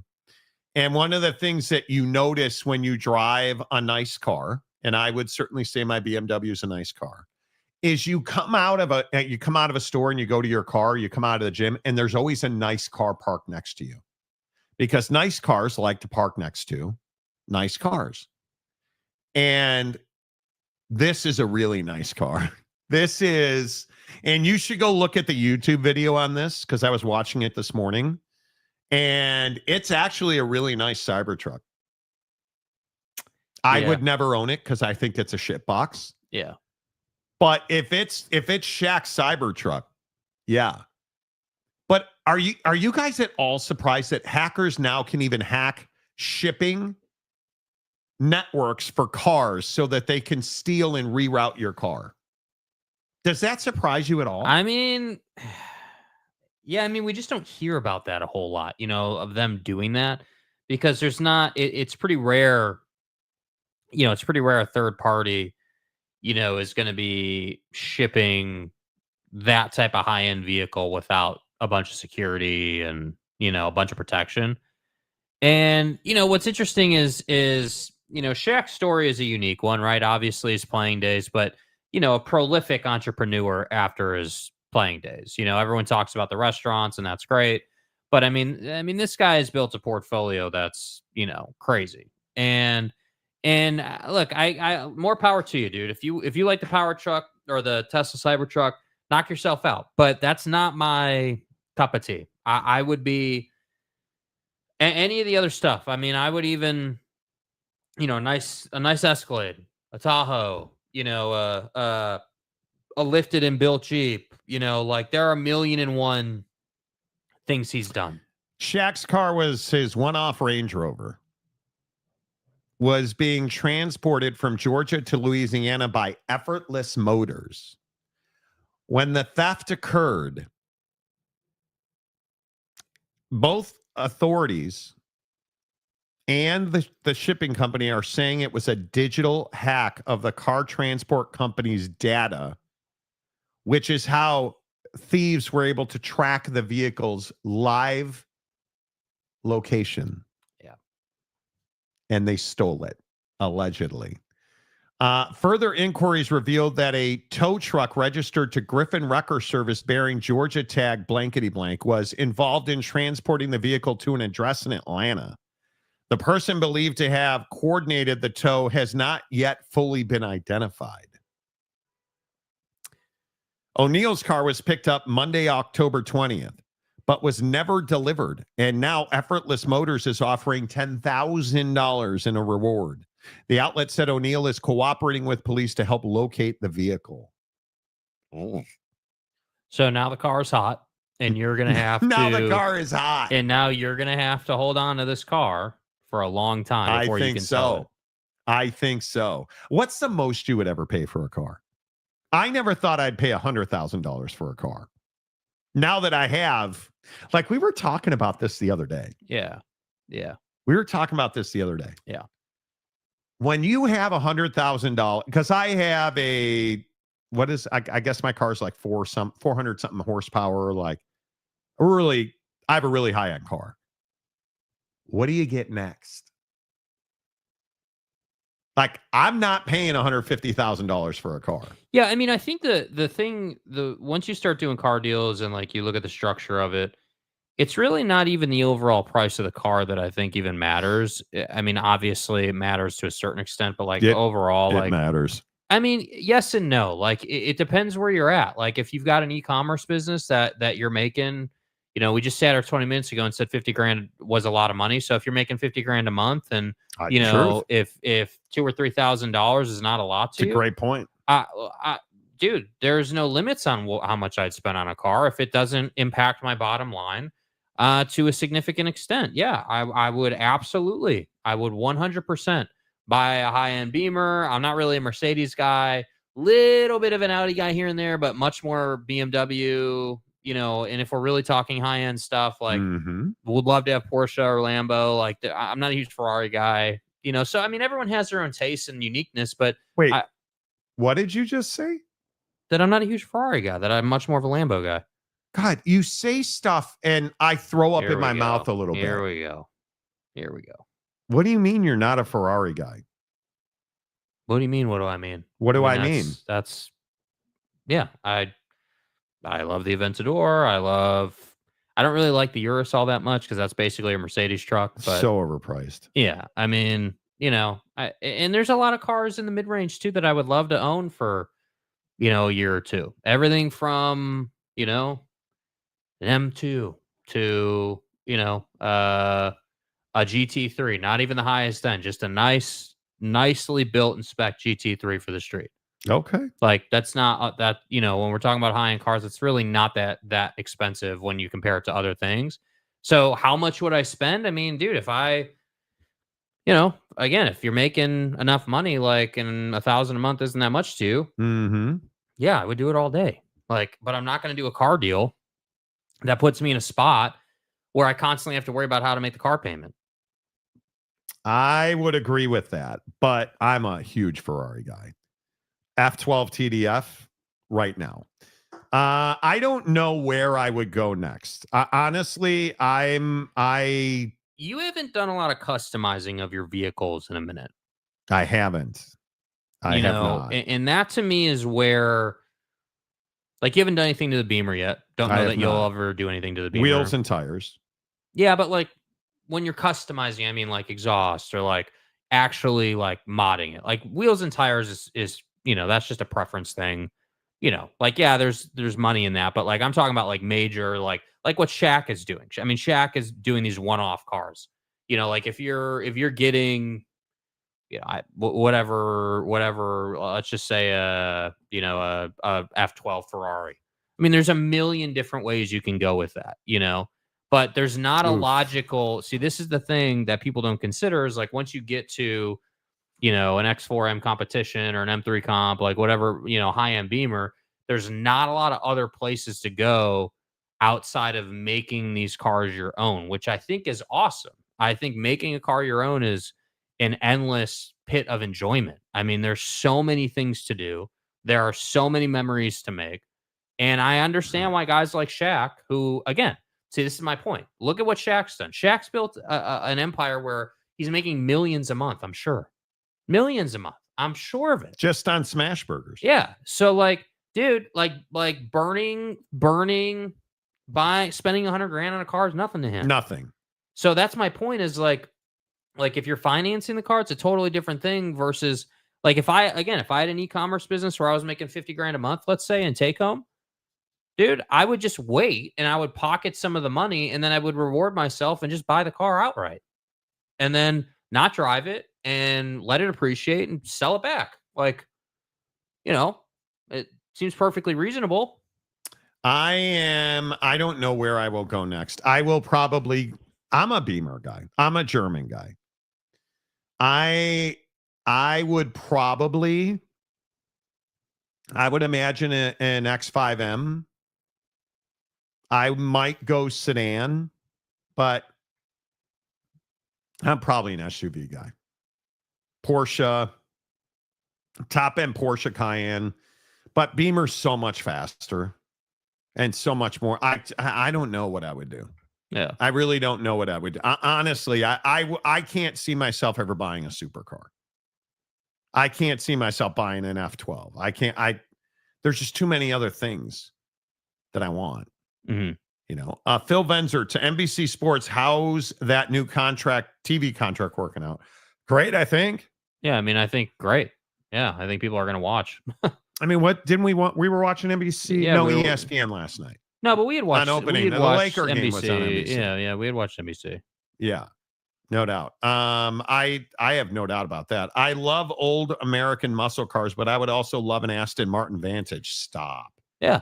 That you car's can, amazing. dude, you can get a V8 Vantage from the 2010s, Dude. 2010, 2015 for like 70,000. James, dream a little bigger. You can stop at Honda Civic. The reason they can do a Civic SI. Honda should not be brought up in this, dude. Nobody cares. Here, let me just set the record straight as someone who's owned a pretty nice Subaru. Honda, Subaru, Volkswagen, Audi.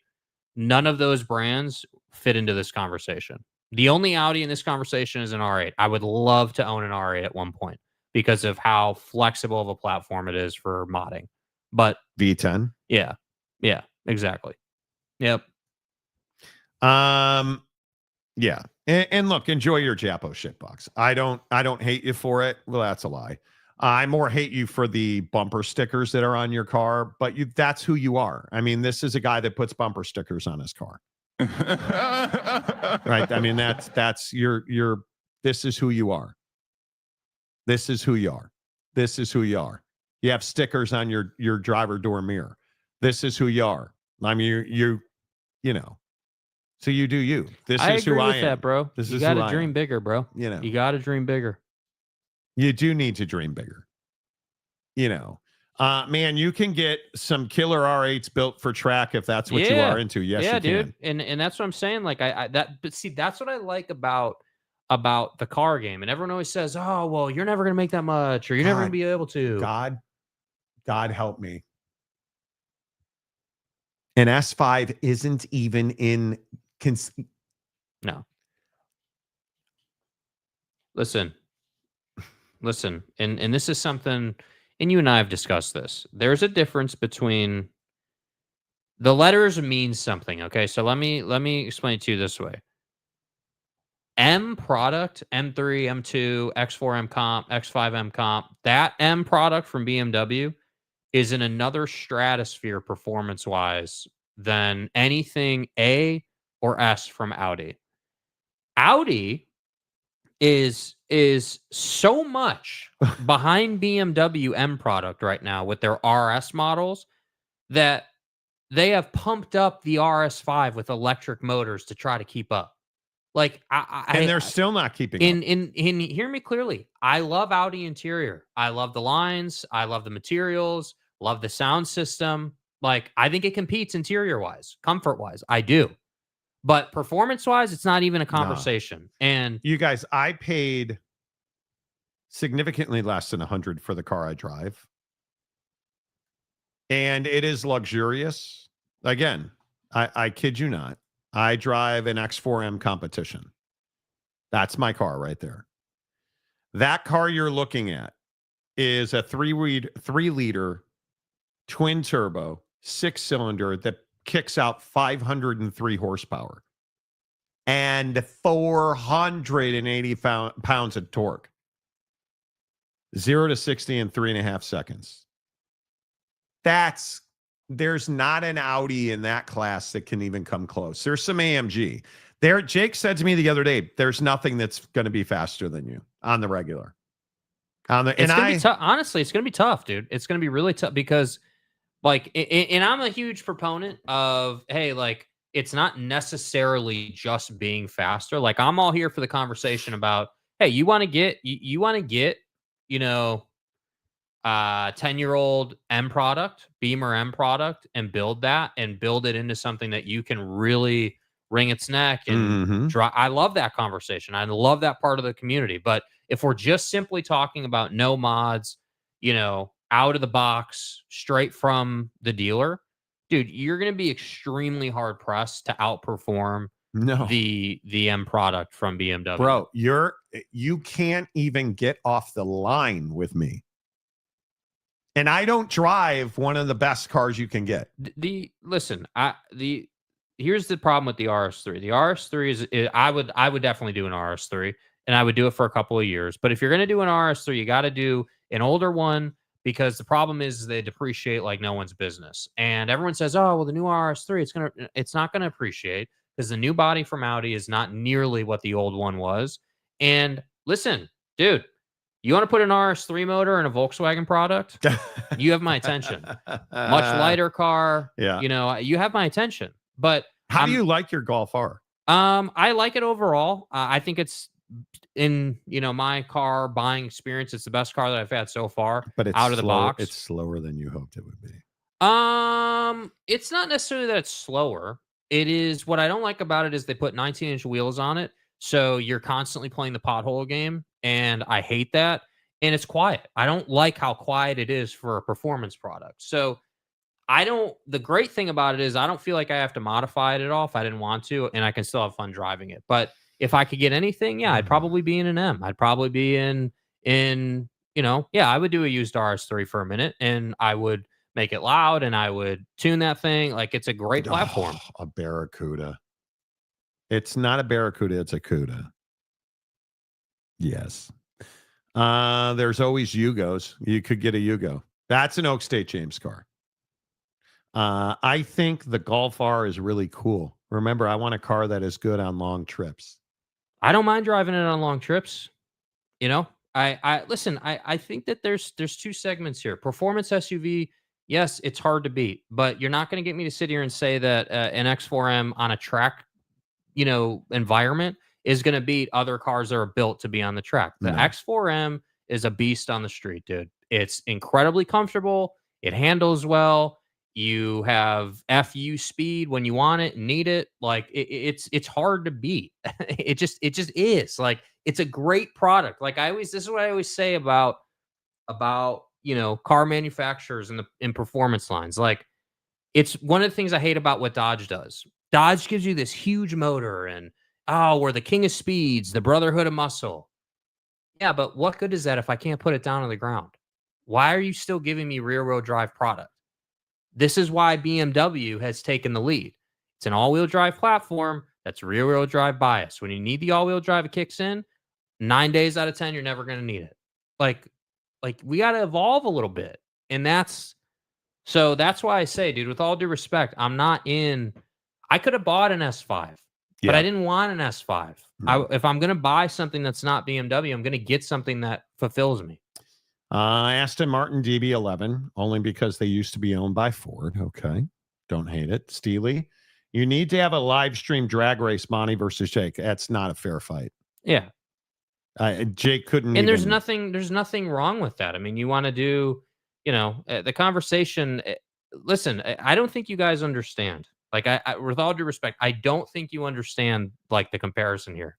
It's not a competition. Like, I have no qualms, dude. Yeah. I love the X4. The 6-cylinder M product from BMW is special. I appreciate BMW. I don't know if you saw it. It's funny we're talking about this today. They just set a company record for how many V8s they sold in the last year. Like, an all-time record, dude. BMW, if you want something that will blow you away and never disappoint you, buy a BMW M product. A little bit of an update for you. Just showed up in their email. The Mountain West releases a statement. Today, the Pac-12 litigation matter pending in the Northern District of California Mount West filed an answer as well as a counterclaims to enforce the contractual terms the Pac-12 freely negotiated, executed, and now seeks to avoid. Our counterclaims seek a declaratory judgment, a declaration, that the termination fees at issue are valid, lawful, and enforceable. We also assert affirmative claims against the Pac-12 for breach of contract, promissory fraud, tortious interference. I believe I used that term exactly about a month ago. With contract and unjust enrichment. So the Mountain West is asking a judge to declare their contractual terms enforceable, which is what I think ultimately will happen. I think. What are you reading there? Oh, just that there's Pablo Torre. I came across this anytime it's Pablo Torre. Yeah. Well, so Terry Rozier's lawyer had reached out to Pablo Torre, and Terry Rozier's lawyer basically said that, you know, him and the FBI had been talking for a while, over a year, and the FBI had made it clear that Terry was a subject, not a target. And basically, turns out that didn't feel like that was true. Yeah, and so Terry's lawyer basically said to Pablo that he's disappointed the FBI did not give him the update that Terry was a target and instead chose to make him a photo op by publicly arresting him in a hotel and walking him to the car. Perp walk. Are you going to be okay over there? Yeah, I'm fine. Jake's dying. Mm-hmm. Are you going to make it? Yes. Okay. I'm good. Okay. This whole thing with, I'm going to be honest with you. I don't have a lot of sympathy for any of these dudes. I look at that Terry Rozier tape we played earlier. I don't have a lot of sympathy for you, bro. Pretty clear, bro. I don't have any sympathy for Chauncey Billups. I don't have any sympathy for Damon Jones. I think they sold people out for a payday. They're living that life, in my opinion. I have very little sympathy for you. You know, on a day where we should be talking about a historically good performance out of Victor Wembanyama, because I do think it was a historically good performance. Victor's the way. We're instead talking about the largest gambling scandal, arguably in the modern era, and arguably in history, probably second only to Pete Rose. That's how big this is. LeBron James got drug into this today. I mean, it's a big deal. Yeah. And it's shocking to me that we can't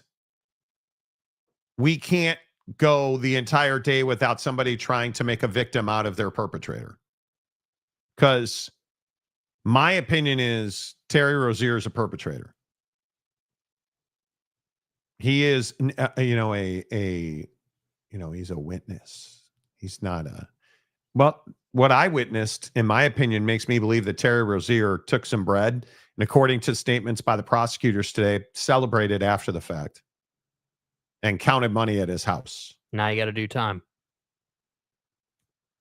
I'm sorry. I don't have any sympathy for these cats. And again, I don't agree with the sentiment that gambling should be banned. I don't agree that because Terry Rozier and guys in similar positions made a decision that is now detrimental to their future, that my freedom to gamble should be, imposed upon, infringed upon, removed, taken away.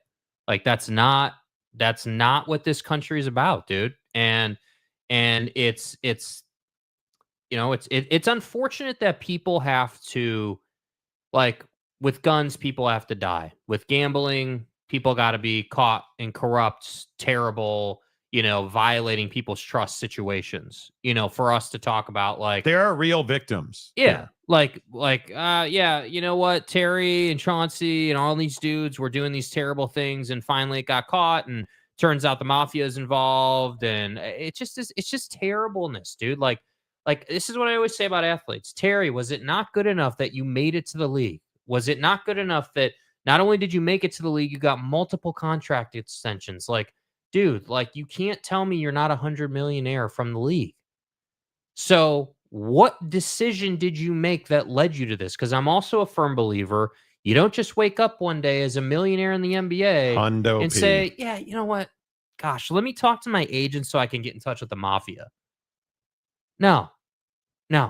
What you don't do that. Instead what you do is you get a little bit too aggressive gambling with a book or with something in some form or fashion. You become vulnerable and you become leveraged, and then you get churned through the system known as, hey, you can't pay your stuff, so we're going to need you to 100%. We're going to need you to turn stuff. We're going to need to turn the ball over. You're going to need to look like an idiot tonight. And then it turns out that you got wrangled into a bigger thing. So that's where I say I give LeBron a lot of credit for seemingly avoiding all of this mess. But now with this news story today, I'm like, yeah, dude, Bron, bro, I don't like you. I respect your career, respect what you've done for the game. But I swear to God, if it comes out that LeBron James was involved in fixing games in the NBA, oof. Now we got to have a conversation about, like, I mean, basically an entire generation of sports being defined by a guy who was leveraged by the gambling industry. Yeah, that's rough. I mean, that is really rough. How are we supposed to feel about that as sports fans? What am I? How am I to believe the Cinderella story in college basketball? How am I to believe that, like, what? Like, I can't. Yeah, I just don't think you can. I mean, but that's just me, Roquette. I collect Ferraris but drive a Lambo because a nice Ferrari should be appreciated too much to drive. Well, I'm not doing to cars what I do with shoes, which is don't wear my favorite shoes. Right. All right. Couple more because we got to talk about Jake being fat. How good is Victor Wembanyama going to be? I think that depends on time frame. I think we saw a very good performance last night where he got a lot of help from the officials. Victor's the way. And what that tells me is the NBA is going to push Victor Wembanyama now. And I think that Victor will always be at the ceiling of his injury threshold because he's as big as he has gotten this year. I still think physically it's a problem. But it was a perfect storm for him in that the Dallas Mavericks are not built to defend Victor Wembanyama. I think that much is very clear. Mm-hmm. And I think that San Antonio and I think they have a really nice roster right now. And I look at the fact that Stephon Castle is a really nice player, and Dylan Harper gave them good minutes last night. You need more than that. And if Victor is going to be counted on to shoot the ball to the point where he's doing 40 and 15, I think you are going to struggle to win games in volume with him being that lopsidedly your offensive weapon, because everybody gets schemed defensively in this league. Yeah, I think the problem playing the Spurs right now is that we haven't seen a team get out and run with the Spurs and outrun Victor down the floor. And everyone says, oh, we can cover a lot of ground. Yeah, but I don't care who you are or how tall you are. The ball moves faster than any human's going to. I would agree. And the problem is that in today's NBA, we love the mid-range player, the half-court possession, take your time, shoot with 2 seconds left type of possession where everyone gets a touch.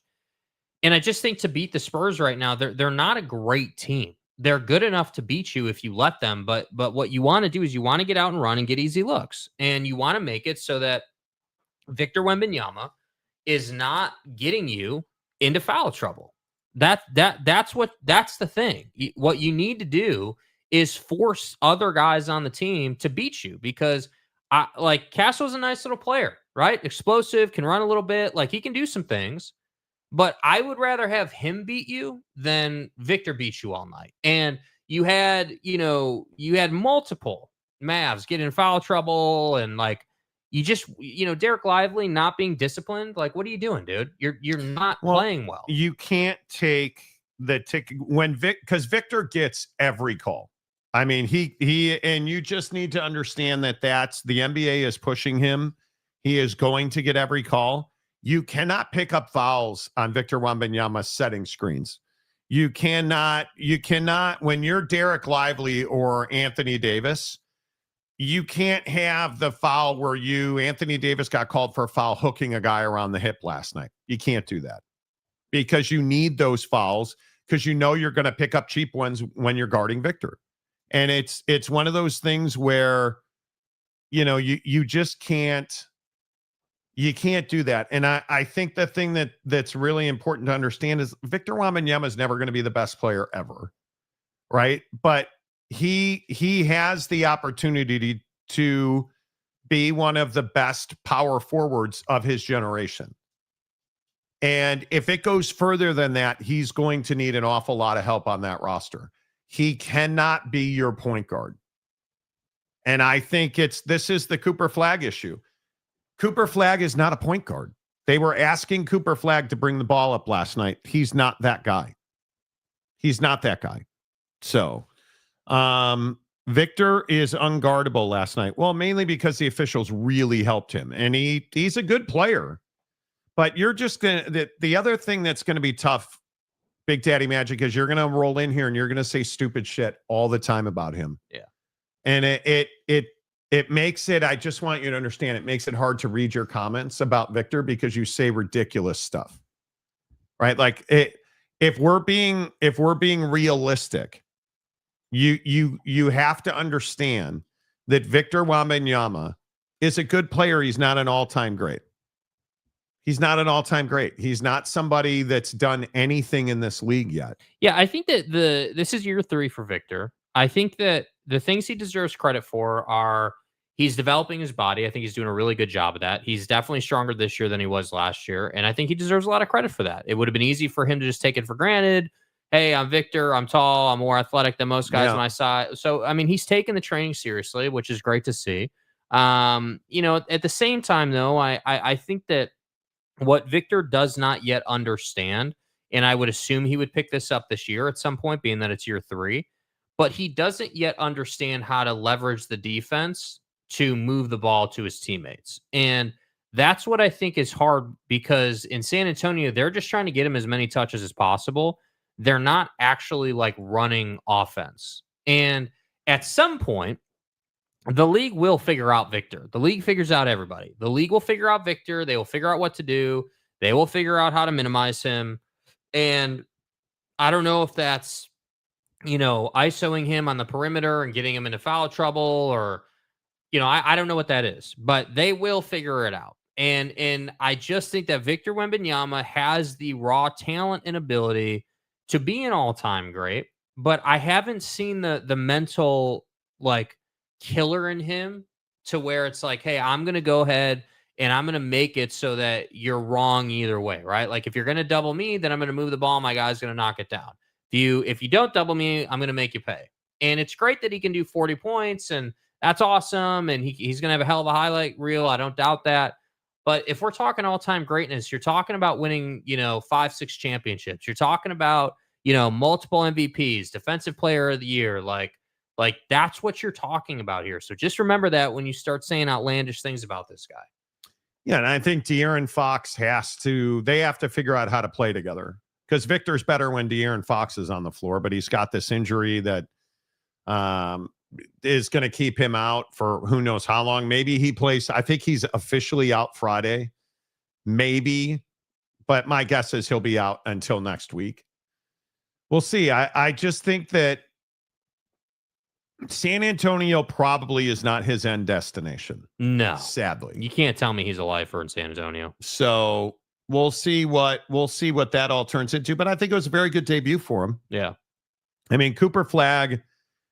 I don't know what Jason Kidd's doing, and obviously the other issue is Kyrie's coming back. Kyrie is not there. That's an odd mix on that roster. I'll be very interested to see how Cooper Flagg fits into their schematics. Because what we saw last night, I mean, I think you have to safely say you were disappointed in Cooper Flagg. Yeah, I just think he didn't play well. He did not have a good night, and he didn't shoot it well. I think he was rushing clearly. There were several possessions where he had the ball in a really good spot where he should score at a high percentage, and he just rushed it. You could just tell. Minus 29. Yeah, he just didn't play well, and And my biggest concern for the Mavs is they're going to turn into a team where the narrative is like, hey, we're a better small ball team than we are a big ball team with AD. Because if Kyrie's at the point, Coop's at the 3, you got Derek Lively in there at the 5, and then, patchwork the 2 and the 4. You have this lineup that gets out and runs, can really finish at the rim, can play in the mid-range. And against a lot of teams, that's going to be good enough. Against teams where they've got a 7-5 guy and you need AD to do work, that's not a great fit. And I think to your point, that's where you get the awkwardness. Yeah. And you start Anthony Davis, PJ Washington, Cooper Flagg, Derek Lively, and Klay Thompson. And nobody had a good game. Yeah. Because you don't have facilitating players on the floor. Cooper Flagg cannot be your point guard. Agreed. And I think the expectation that he would be is out of line. I think you should get him touches, get him as many as you can, but at the same time, let's not ask him to do things he shouldn't be doing. Where are you at with the NBA? Are you excited about it? Are you... After today, I'm not as excited about it. No, I today bothers me a lot because we were critical on the show about the Chauncey hire when it happened. I agree. And now that it's turned into what it's turned into, I'm like, this blew up in your face now. You hired a bad guy and he did bad guy. Yeah, things. And he paid it off. And for me as a fan, he paid it off. Yeah, he paid it off. You hired a bad guy and he made you look good, in a sense. You have had a pretty good week of shows here. I'm trying. You understand? Well, I mean, you should try harder, but you understand you've had a pretty good week of shows here. Yeah. So yeah. Thursday night football: Vikings Chargers -3.5. The Chargers are -3.5. Although Carson Wentz is 7-1 against the spread on Thursday night football. Chargers by 10 at least. At least. Yeah. There's no reason the Vikings should be able to stay in this game. Okay. None. I'll take the Chargers by 47.5, and Justin Herbert's getting laid after the game. Yeah. I'm with you. Should we talk about you being fat now? Sure. I have converted Jake. What'd you do yesterday? Signed up for Zep Bound. Why did you do that? Hey, shut up. Your dog is a pain in the ass right now. Can we just admit that your dog's a pain in the ass? Yes, she is bored and needs some activity because you live in a shoebox now. And she's not a shoebox dog. Anyway, point is that the two dogs were playing. Everything's fine. Hey, nope. Continue. All right. So fat ass got on Zep Bound last night. Well, I didn't take it yet. Why are you doing Zep Bound? Well, everybody in my life is doing it, right? You and Mrs. Monty are doing it. Girlfriend's doing it. Everybody that I know is doing it. And I don't avoid the topic that, I could definitely lose some weight for sure. I don't think I'm morbidly How much obese. do you think have you weighed yourself at all recently, or? Yeah. Mm-hmm. How much do you want to lose? I'm not asking you to tell us how much you weigh because I don't believe in doing that. I mean, a good number is probably 40-ish. Wow. Yeah. You think you could lose 40 pounds? Yeah, I think so. I haven't seen myself at that low of a weight in a long time. It's been years. So it's hard for me to say exactly, but it's not like 100 pounds or something. I think it's probably 30 to 40 pounds. Kind of check in, see how I'm feeling. Are you jealous, or is it an envy thing, or you just have FOMO, or? No, I think it's more like I've wanted to lose weight for a while and get back into better shape. But the problem is I would love to sit here and tell you guys that I'm disciplined about going to the gym and doing the things that I should do physically. But there are a lot of days where I'm just not. I'm tired. I'm tired, bro. I don't want to do anything other than rest and not look at a screen. I look at a screen all day long. I sit in a chair all day long. And the last thing I want to do is look at another screen and I don't want to do it. And what's hard is it's just difficult. Honestly, it's difficult. And so that's an excuse, but to handicap that excuse, I don't know if it's an excuse. I think when you get up at 5 a.m., let's round it to 5 a.m. Mm-hmm. We get up at 5 a.m. We go to bed around 10. and you blink and it's Friday. The week is over. Mhm. And then it's Monday comes around and you're just so pissed off it's Monday because you had 2 glorious nights of sleep. So Sunday into Monday, you sleep like hell. So you blink and it's Wednesday. Mhm.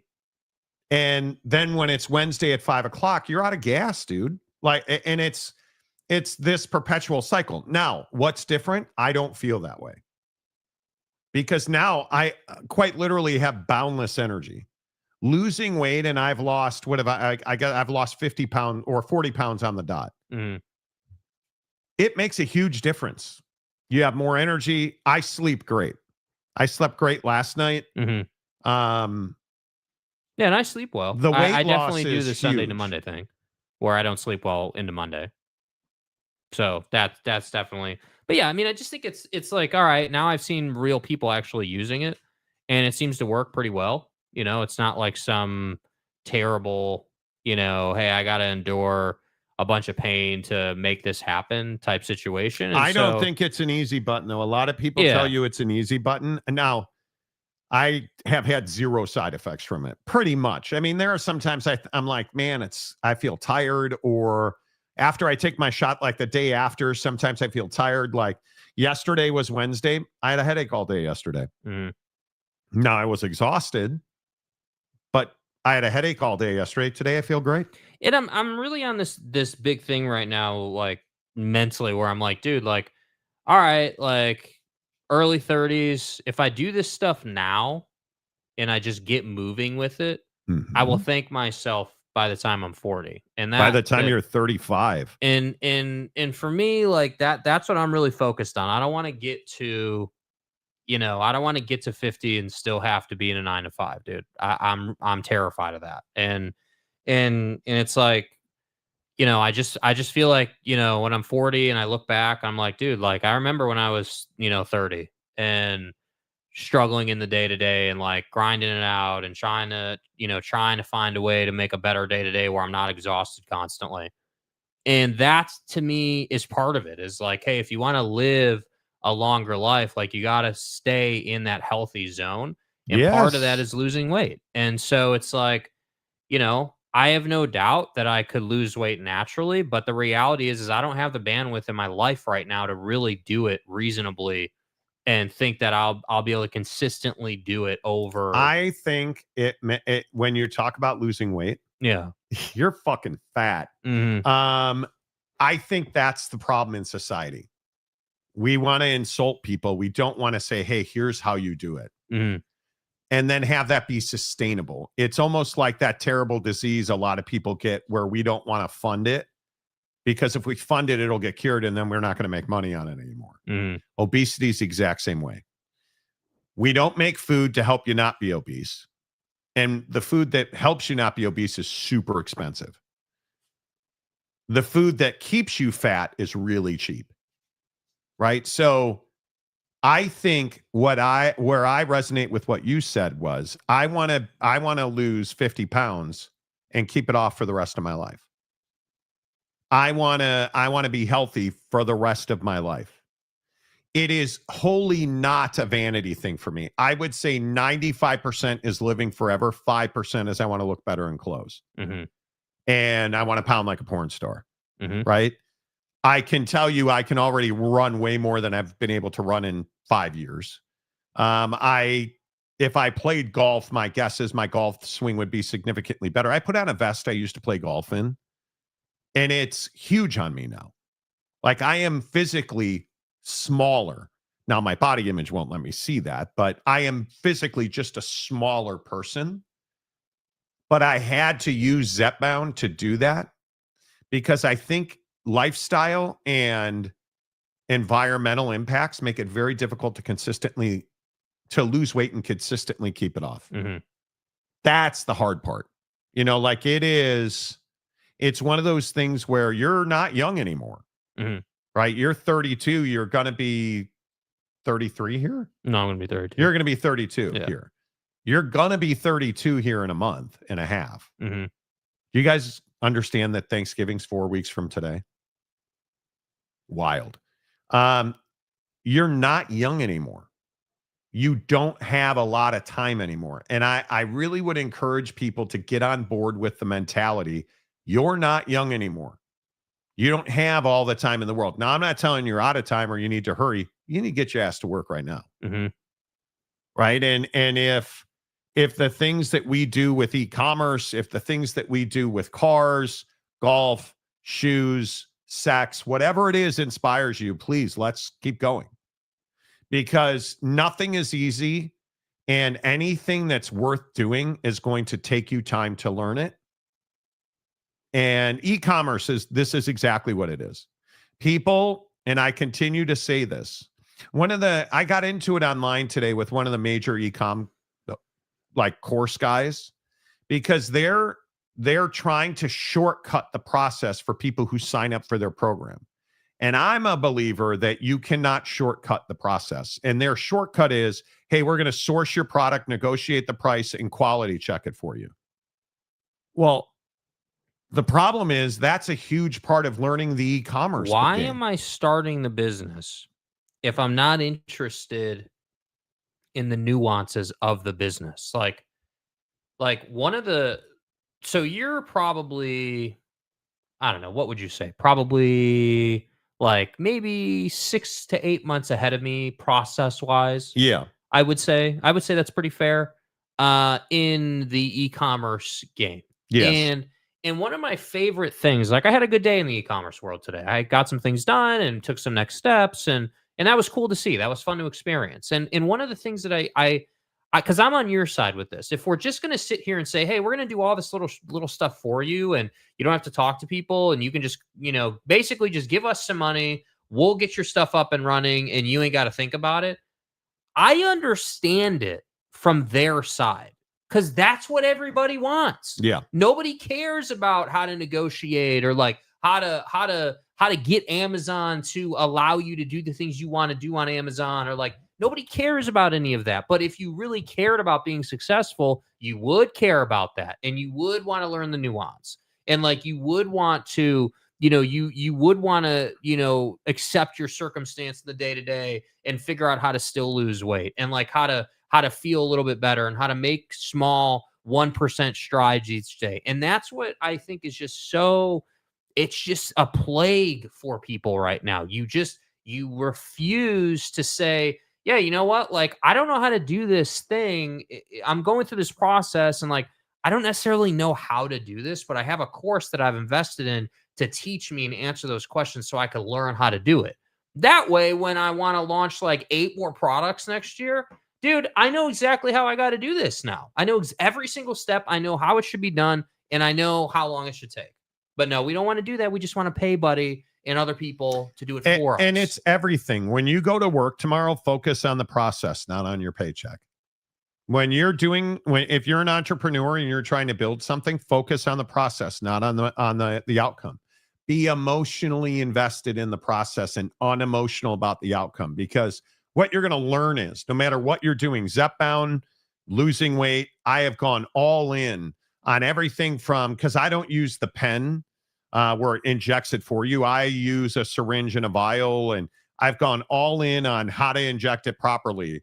I've gone all in on the technique of loading the syringe. Like, I know that I do it every Tuesday night. I do it at the same time. I do it the same way. Like, I'm into the process. That's going to net me a result. But if I just skip the process for a result, I'm never going to learn how to get there.